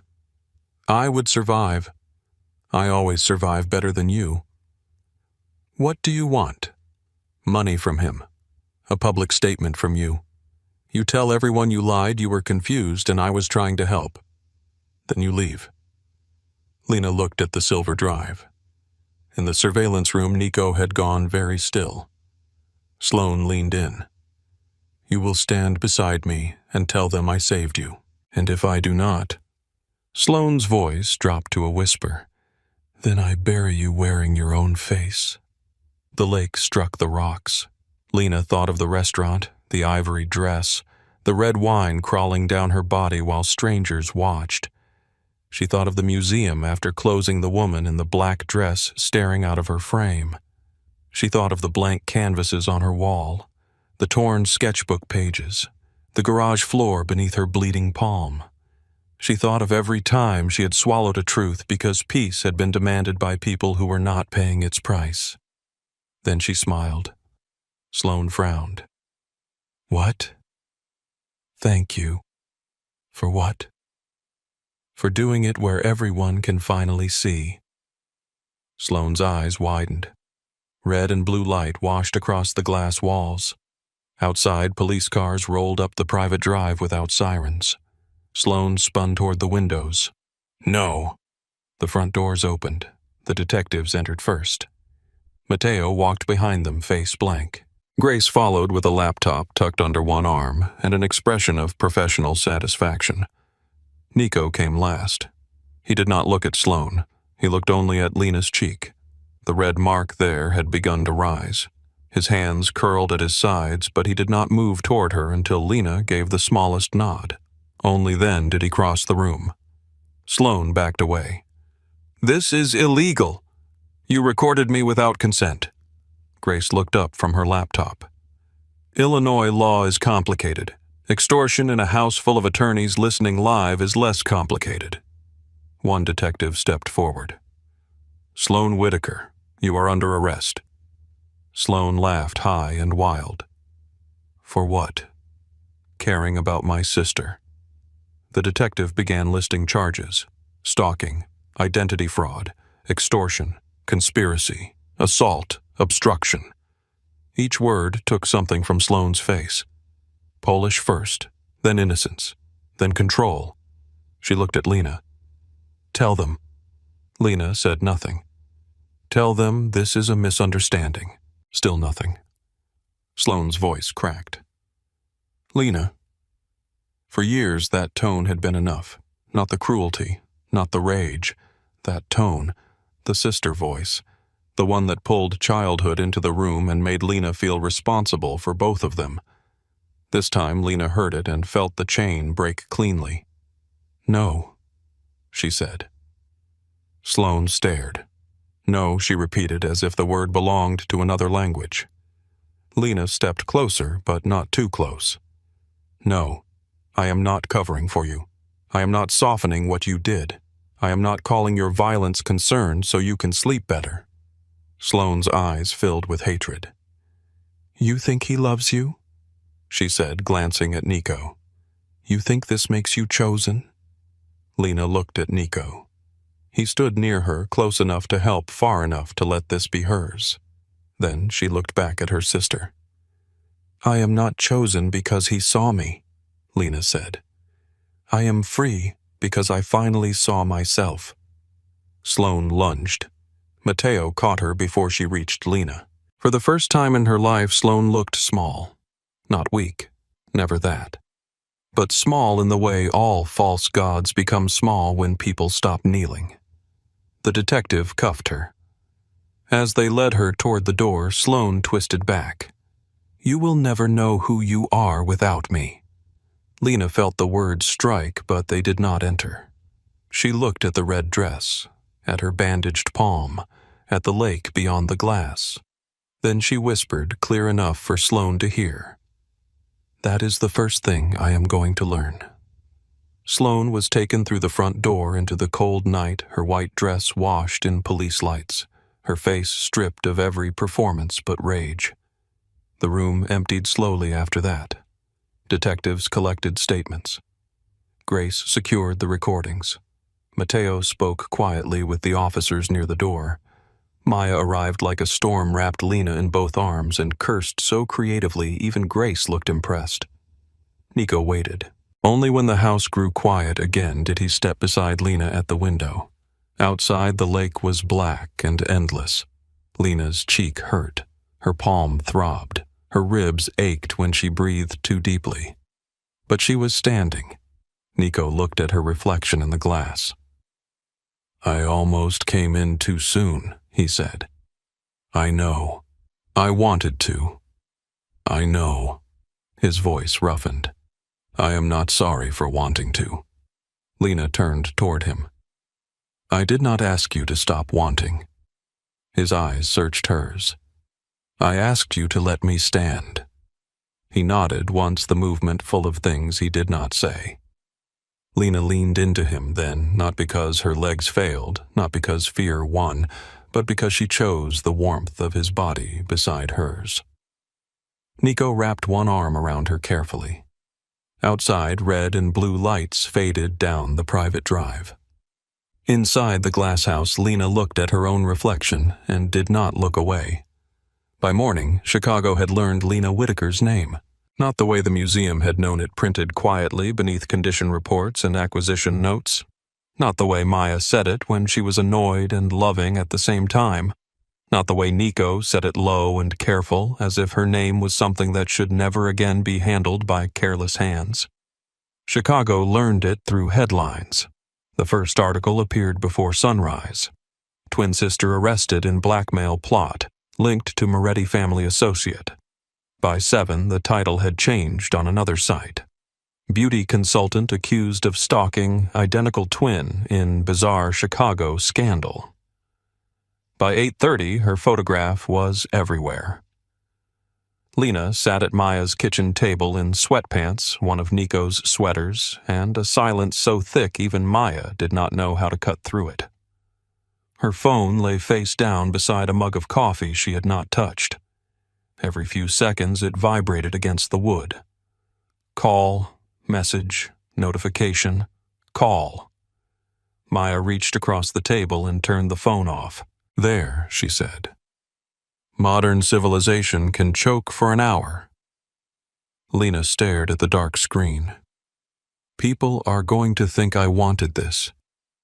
Maya's face softened. "Wanted what?" "Attention." The word tasted wrong. Maya sat across from her. "Lena, you were stalked, framed, attacked, and almost kidnapped." "I know." Then why are we worried about the opinions of people who think a comment section is a courtroom? Lena looked toward the window. Outside, a delivery truck rumbled past.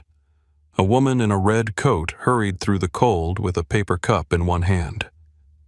Ordinary life moved along the street as if nothing had shifted. That was the cruelest part of surviving something. The world did not pause to honor the fact that you had made it through.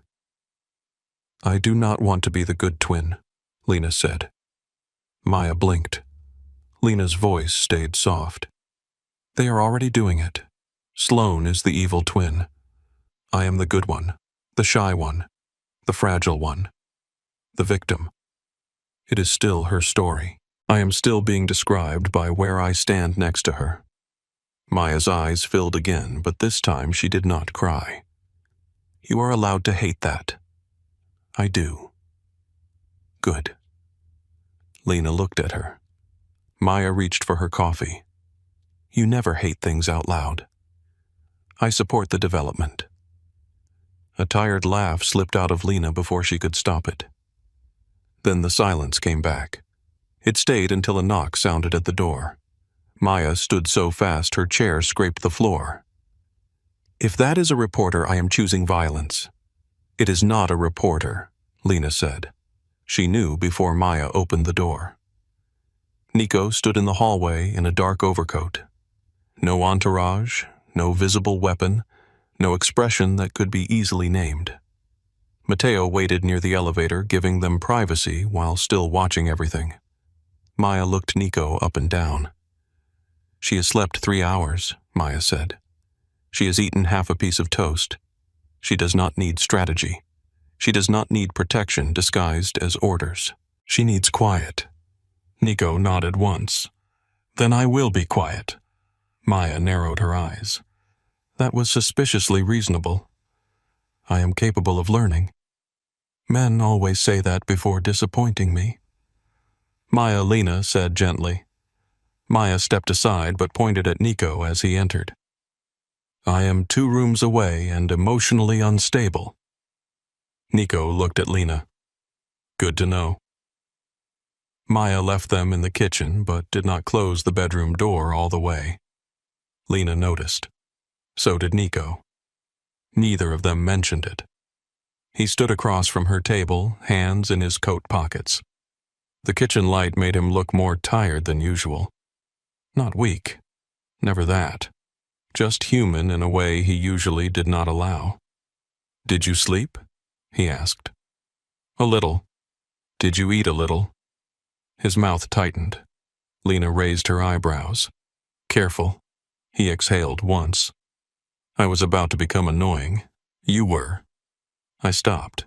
"You did." A small pause passed between them. It felt almost tender. Then Nico placed a folder on the table. Lena did not touch it. "What is that? Copies of what the attorneys have. Evidence summaries. Charges. Protective order. The museum board has received authenticated materials from Grace and law enforcement. Helen Marsh called me this morning."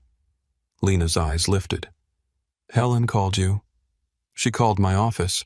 She wanted to know whether speaking to you directly would overwhelm you. She asked you that." "She did."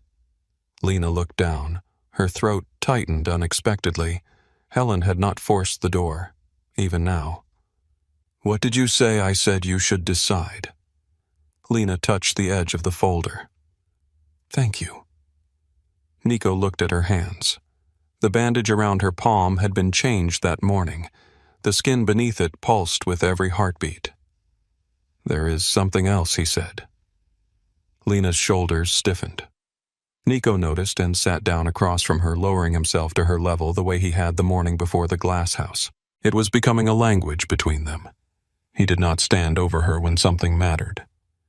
"The press will get worse for a while," he said. "I know. I can reduce some of it. How pressure?" "Legal threats. Calls to people who owe me." She looked at him for a long moment. "Nico." "I said I can. I did not say I would." "You want to?" "Yes." "Badly." His eyes did not move from hers. "Very badly." Lena let out a slow breath. This was the part of him that frightened her and comforted her in the same dangerous second. Nico could turn the world quieter. He could make doors close, phones stop ringing, men apologize without understanding why their knees felt weak. For a woman who had spent her life unheard, that kind of power had a sweetness to it. It also had teeth. "You cannot threaten the whole world into letting me heal," she said. A faint shadow of a smile touched his mouth. "I could try. That is what worries me." The smile faded. "I know." The honesty sat there, clean and difficult. Lena looked at the folder again. "What happens now with Sloane?" She nodded. "Court, lawyers, more lies if she can afford them. Her attorney will claim emotional distress, family concern, misunderstanding. But the recordings are strong. Brent is already looking for a deal. Grace found the money trail. She is not walking away." Lena absorbed the words without relief. Nico watched her carefully. "That does not make you feel better." "No." Why? Lena looked toward the window. "Because she is still my sister." Maya had gone quiet in the other room. Nico said nothing. Lena continued, her voice almost level. "I hate her. I think I do. Some part of me does. But another part remembers her when we were 7 and she had nightmares and climbed into my bed. Another part remembers sharing cereal from the box while Mom and Dad argued downstairs. Another part remembers that she knows every birthday, every school hallway, every house we lived in. She hurt me more than anyone, and still when I think about her in a cell, I feel—" She stopped. Nico finished gently. "Grief." Lena looked at him. He understood grief. He wore it better than most men wore power. "Yes," she said. "Grief." He did not tell her it was wrong. He did not tell her Sloane did not deserve it. That was why Lena almost reached for his hand. Almost. Instead, she folded her own hands together. "I cannot stay in Chicago right now," she said. Nico's face changed barely, but enough. Maya appeared in the bedroom doorway. Lena looked at them both. "Not forever. I do not know. I just need somewhere quiet enough to hear myself think." Nico was silent for several seconds. Then he said, "I have a house in Carmel by the sea." Maya crossed her arms. "Of course you do."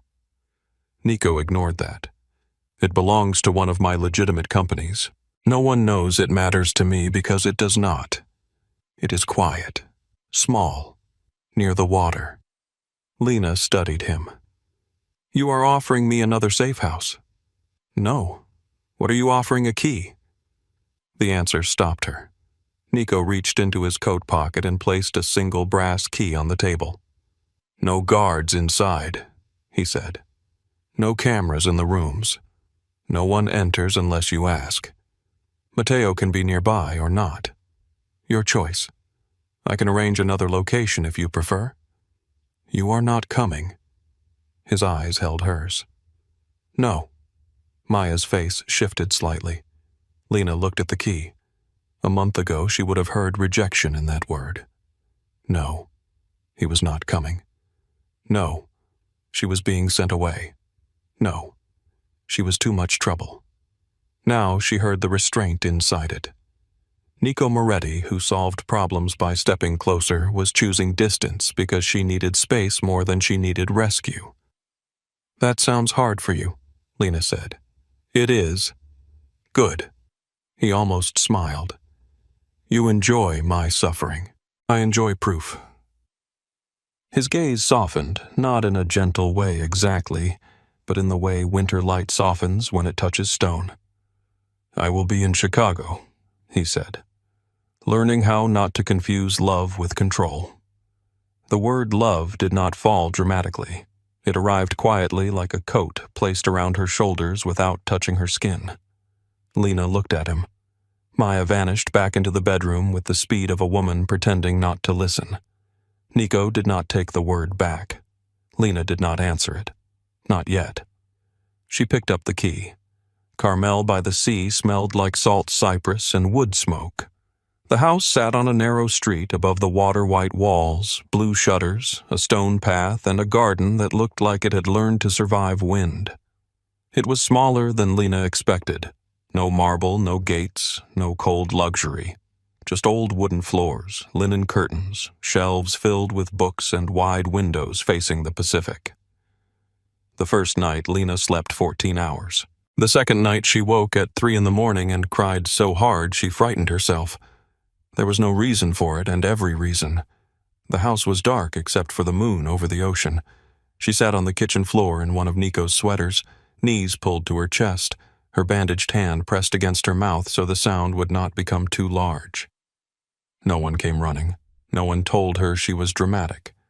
No one asked her to keep the peace. The crying stopped when it was done. That was all. In the morning, she made tea and burned the toast. She ate it anyway because Maya would ask. Then she walked barefoot onto the back porch wrapped in a blanket and watched the ocean move under a pale sky. It did not comfort her. Not at first. People always talked about the ocean like it was gentle. Lena found it brutal, constant, restless. It threw itself against the shore all day and all night, breaking and returning, never embarrassed by the noise of its own survival. By the third day, boxes arrived from Chicago, clothes from Maya, museum books from Helen, art supplies from Nico. The art supplies were not extravagant. That made them worse. Canvas, charcoal, good brushes, turpentine, linen rags, a wooden palette, tubes of paint arranged by color including 3 shades of red. There was no note. Lena stood over the box for a long time. Then she put everything in the small sunroom at the back of the house and closed the door. For a week she did not paint. She cooked badly, walked along the cliffs, ignored most messages, spoke to Maya every night, spoke to Helen twice, spoke to Nico not at all. He texted once every morning. No questions at first. Just, the house alarm is functioning. Then Maya says you ate soup. She is using this as evidence of progress. Then, there is a bookstore on Dolores Street with a terrible crime section and good coffee. Then, no reply needed. That last sentence did something to her every time. No reply needed.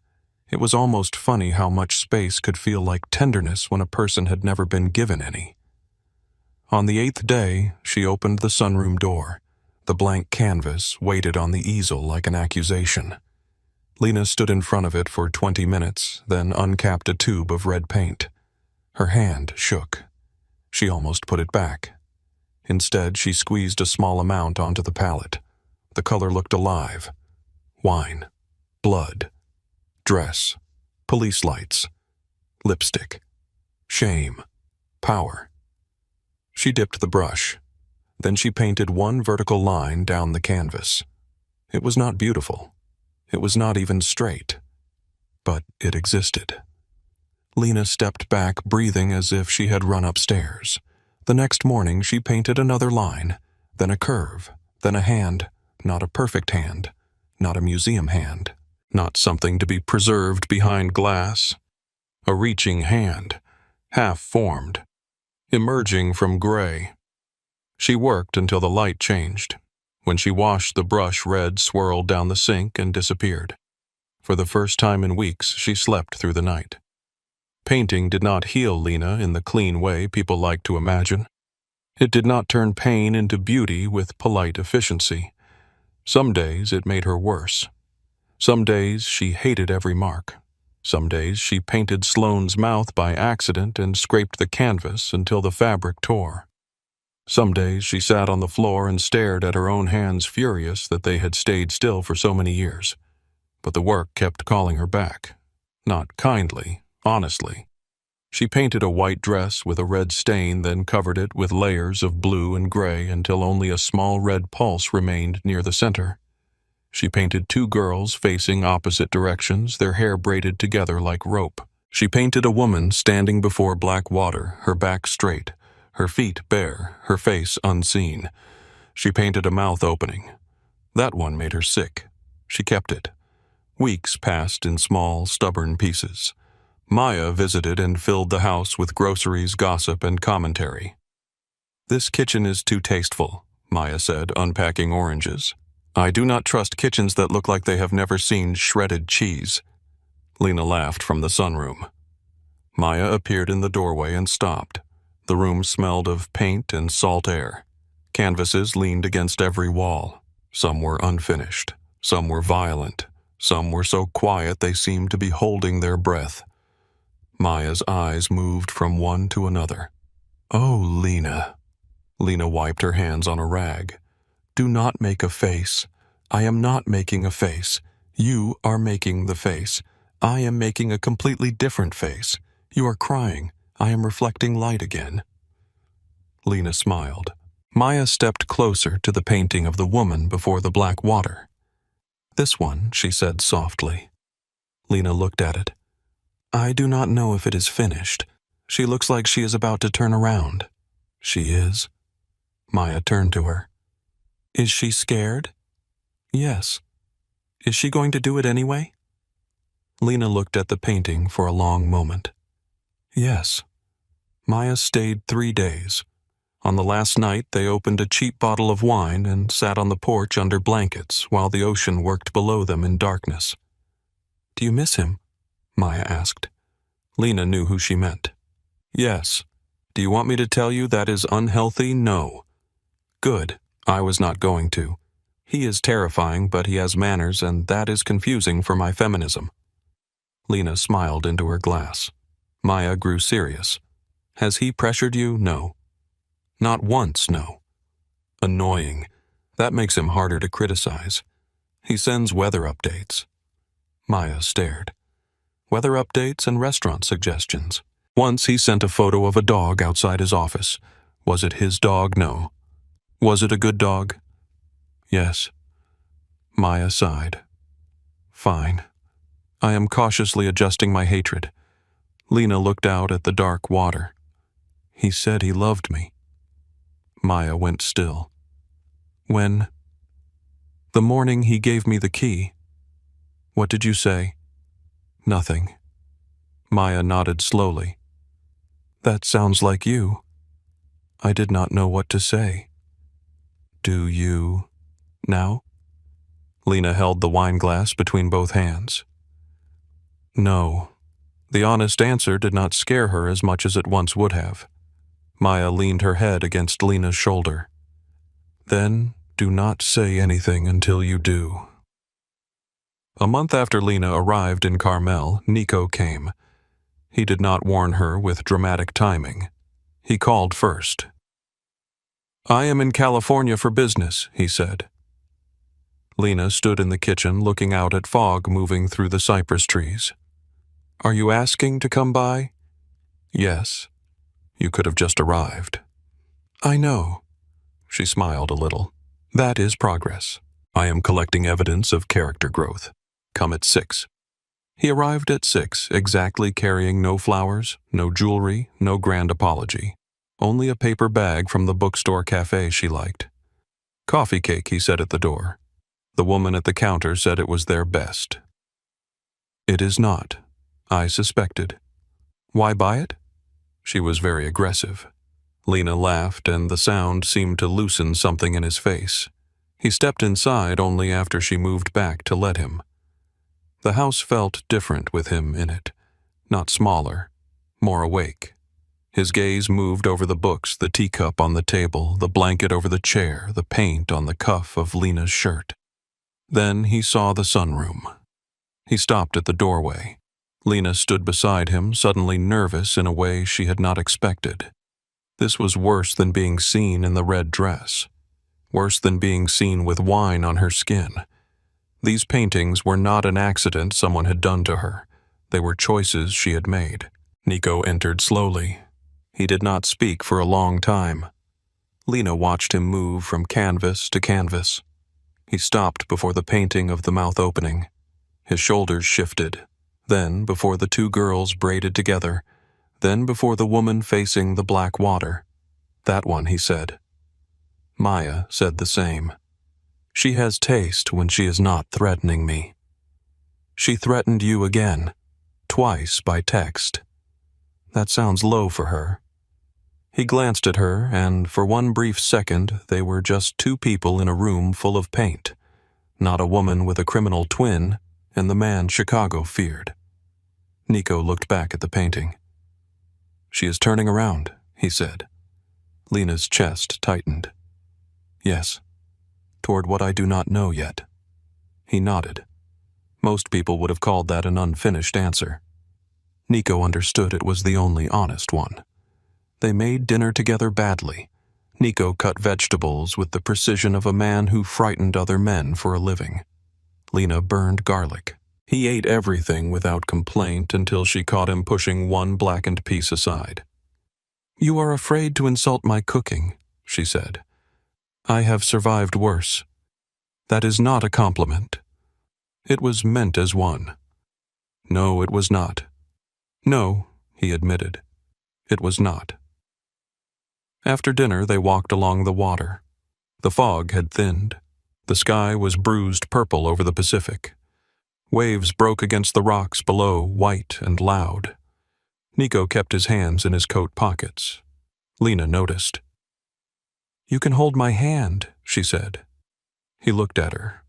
"If you want," she added. "I want." "Then ask." His mouth curved faintly. "Lena, may I hold your hand?" She placed her hand in his. It was such a small thing. It felt enormous. They walked in silence for a while. His hand was warm, steady, not tight. "I missed you," Nico said. Lena looked ahead. "I missed you too." He did not make more of it. He did not pull the sentence open looking for hidden promises. That made her brave enough to keep speaking. "I am not ready to come back. I know. I do not know what we are. I know. I hate that you know everything. I do not know everything." She glanced at him. He looked at the ocean. "I do not know how to love someone without wanting to stand between her and every possible wound." Lena squeezed his hand once. "I do not know how to be loved without looking for the trap." He turned to her then. The wind moved through her hair. The last light sat along his cheekbones. He looked dangerous, yes. He always would. But here beside the ocean, he also looked like a man trying to become worthy of the restraint love required. Lena rose on her toes and kissed him, not because fear pushed her, not because rescue confused her, because she wanted to know what his mouth felt like when no one was bleeding, no one was watching, and no one was running. Nico went completely still for one heartbeat. Then his hand came to her waist, careful even in hunger. The kiss deepened slowly. No claiming, no performance, just warmth, breath, salt air, and the strange ache of being touched by someone who had waited long enough for the wanting to belong to both of them. When Lena pulled back, Nico rested his forehead against hers. "I love you," he said again. This time the words did not ask for anything. Lena closed her eyes. "I am not ready to say it. I know. But I feel something," she whispered. "Something real." His thumb moved once across her hand. "Then we start there." Sloan was sentenced 4 months later. By then, Lena had returned to Chicago, but not to the old apartment. Maya had helped her pack it in one furious weekend. Nico offered movers. Lena accepted because carrying boxes down 3 flights of stairs in February felt less like independence and more like poor judgment. Her new apartment was smaller, brighter, and on a quiet street in Andersonville. The windows faced east. In the mornings, light spilled across the floor and touched the canvases stacked near the wall. The museum reinstated her before the trial ended. Helen offered her the same position. Lena surprised them both by asking for part-time. "I want to keep painting," she said. Helen's eyes warmed. "Good." That was all. In court, Sloan wore gray. Not white, Not red. Gray. It made her look almost ordinary. Lena sat between Maya and Nico. Mateo stood at the back of the courtroom near the doors. Grace sat 2 rows behind with a laptop closed on her knees, looking bored and dangerous. Sloane did not look at Lena through most of the hearing. She stared ahead while attorneys spoke in polished language about harm intent, reputation, psychological distress, and public safety. When the judge addressed the court, Lena listened without absorbing every word. Probation denied, custodial sentence, restitution, protective order, mental health evaluation. Years counted by law instead of childhood. Lena had imagined she would feel relief when the sentence came. Instead, she felt the strange emptiness of a room after screaming stops. As officers prepared to lead Sloane away, her sister finally turned. For a moment, Lena saw the girl who used to climb into her bed during thunderstorms. Then Sloane spoke. "You think this makes you special?" Maya stiffened. Nico's hand remained still near Lena's, not touching unless she reached first.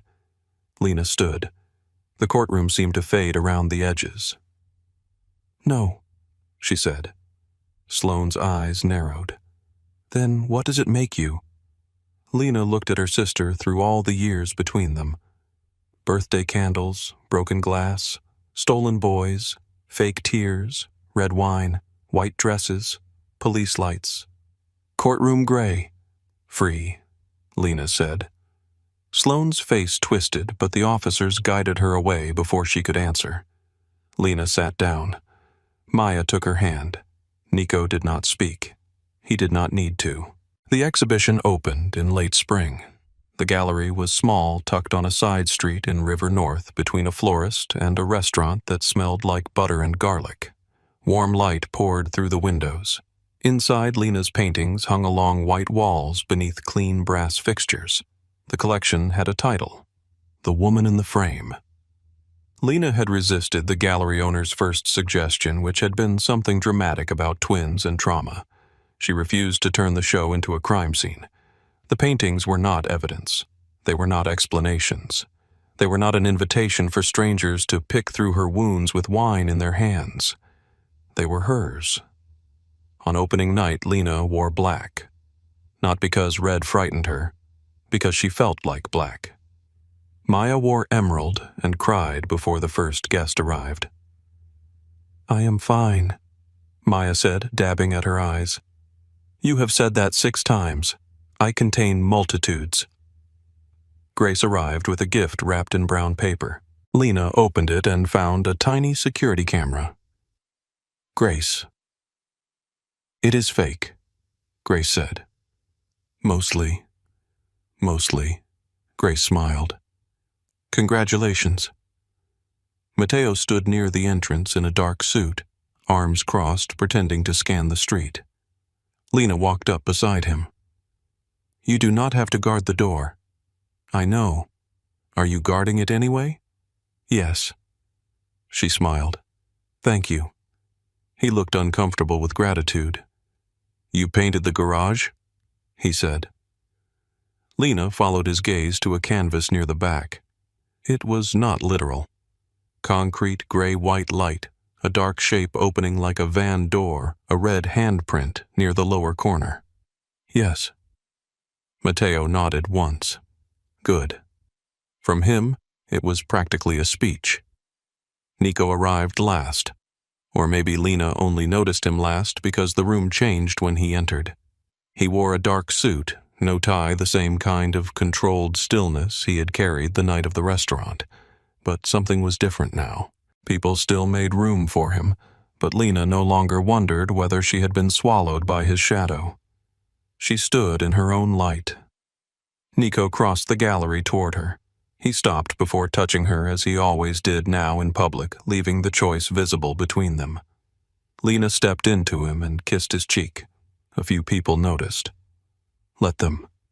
Nico looked around the gallery. His gaze slowed at each painting. He had seen many of them before, but not like this.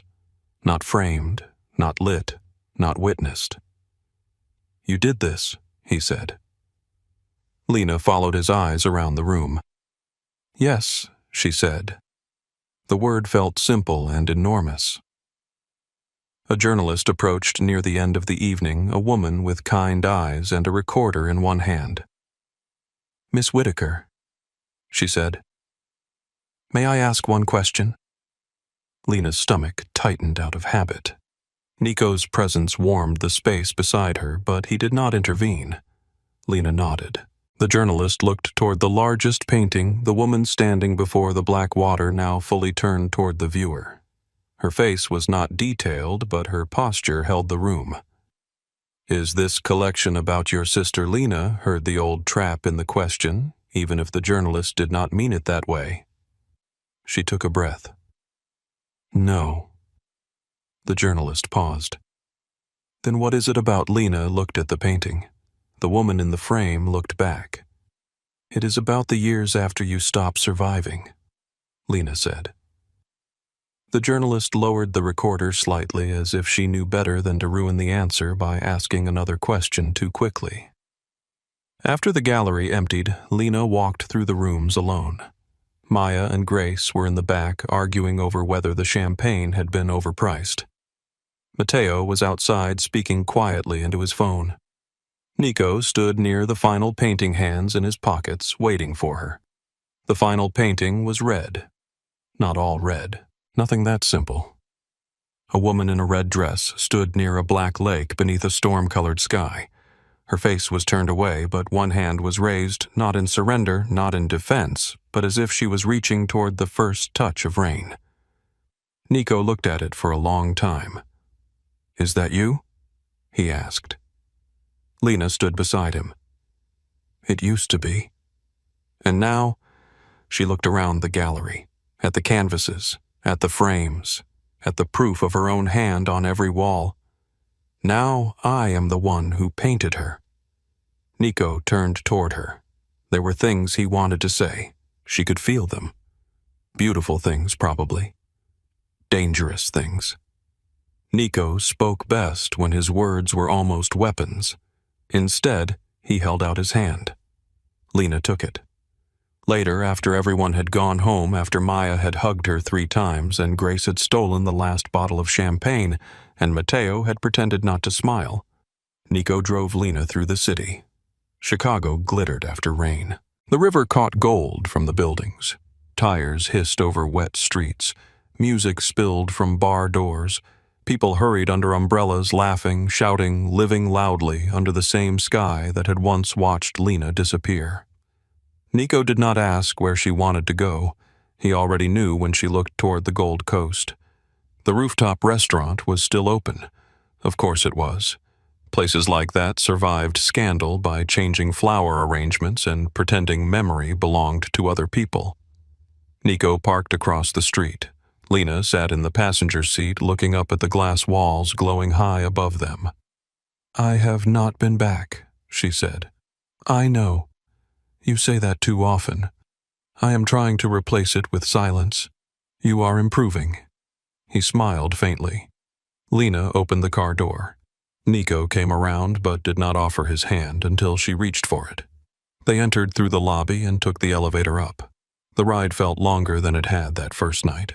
Back then, she had descended wrapped in his coat, stained and shaking. Tonight she rose beside him in a black dress, her hand steady in his. The hostess did not recognize her.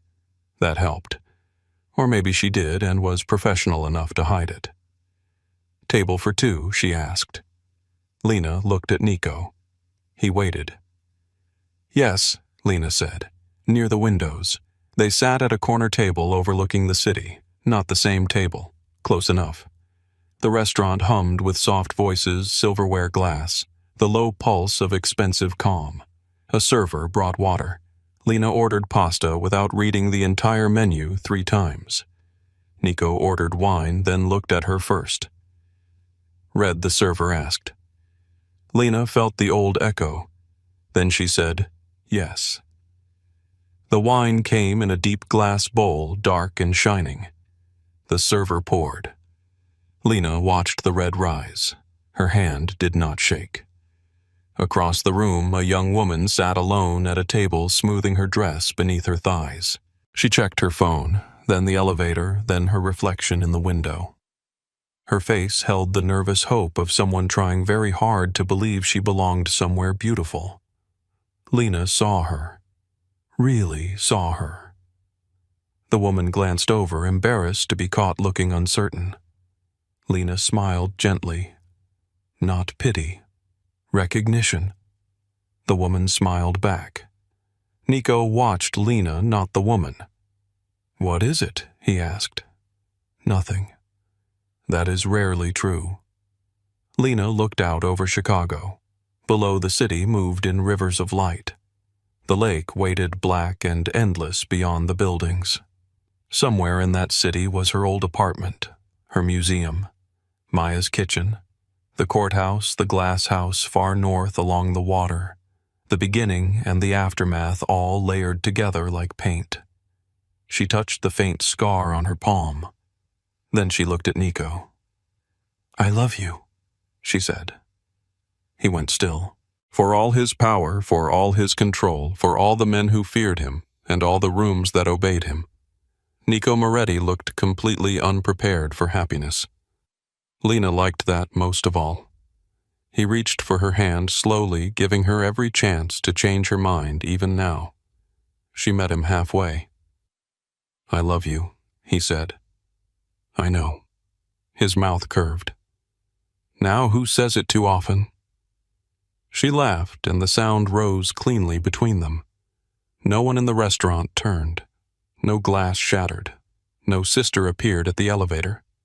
No red spilled where it was not wanted. Later, when they stepped back onto the street, the rain had stopped. The pavement shone beneath the lights. Nico walked beside her, close enough that their shoulders almost touched, not close enough to guide her unless she asked. At the corner, Lena paused. The window of the restaurant reflected them both. Once that would have frightened her. Seeing a face that looked like Sloane's. Seeing a man powerful enough to become another Cage. Seeing herself in any glass at all. Now she looked. A woman in black stood beneath Chicago lights with a scar on her palm paint beneath one fingernail and her own name held steady inside her chest. Not the good twin, not the wrong twin, not the quiet one. Lena Whitaker. She turned from the reflection and kept walking. Beside her, Nico matched her pace. Not ahead, not pulling, not claiming the path, just there. The city opened before them, bright and wet and alive, and this time when the world looked at Lena, she did not look away.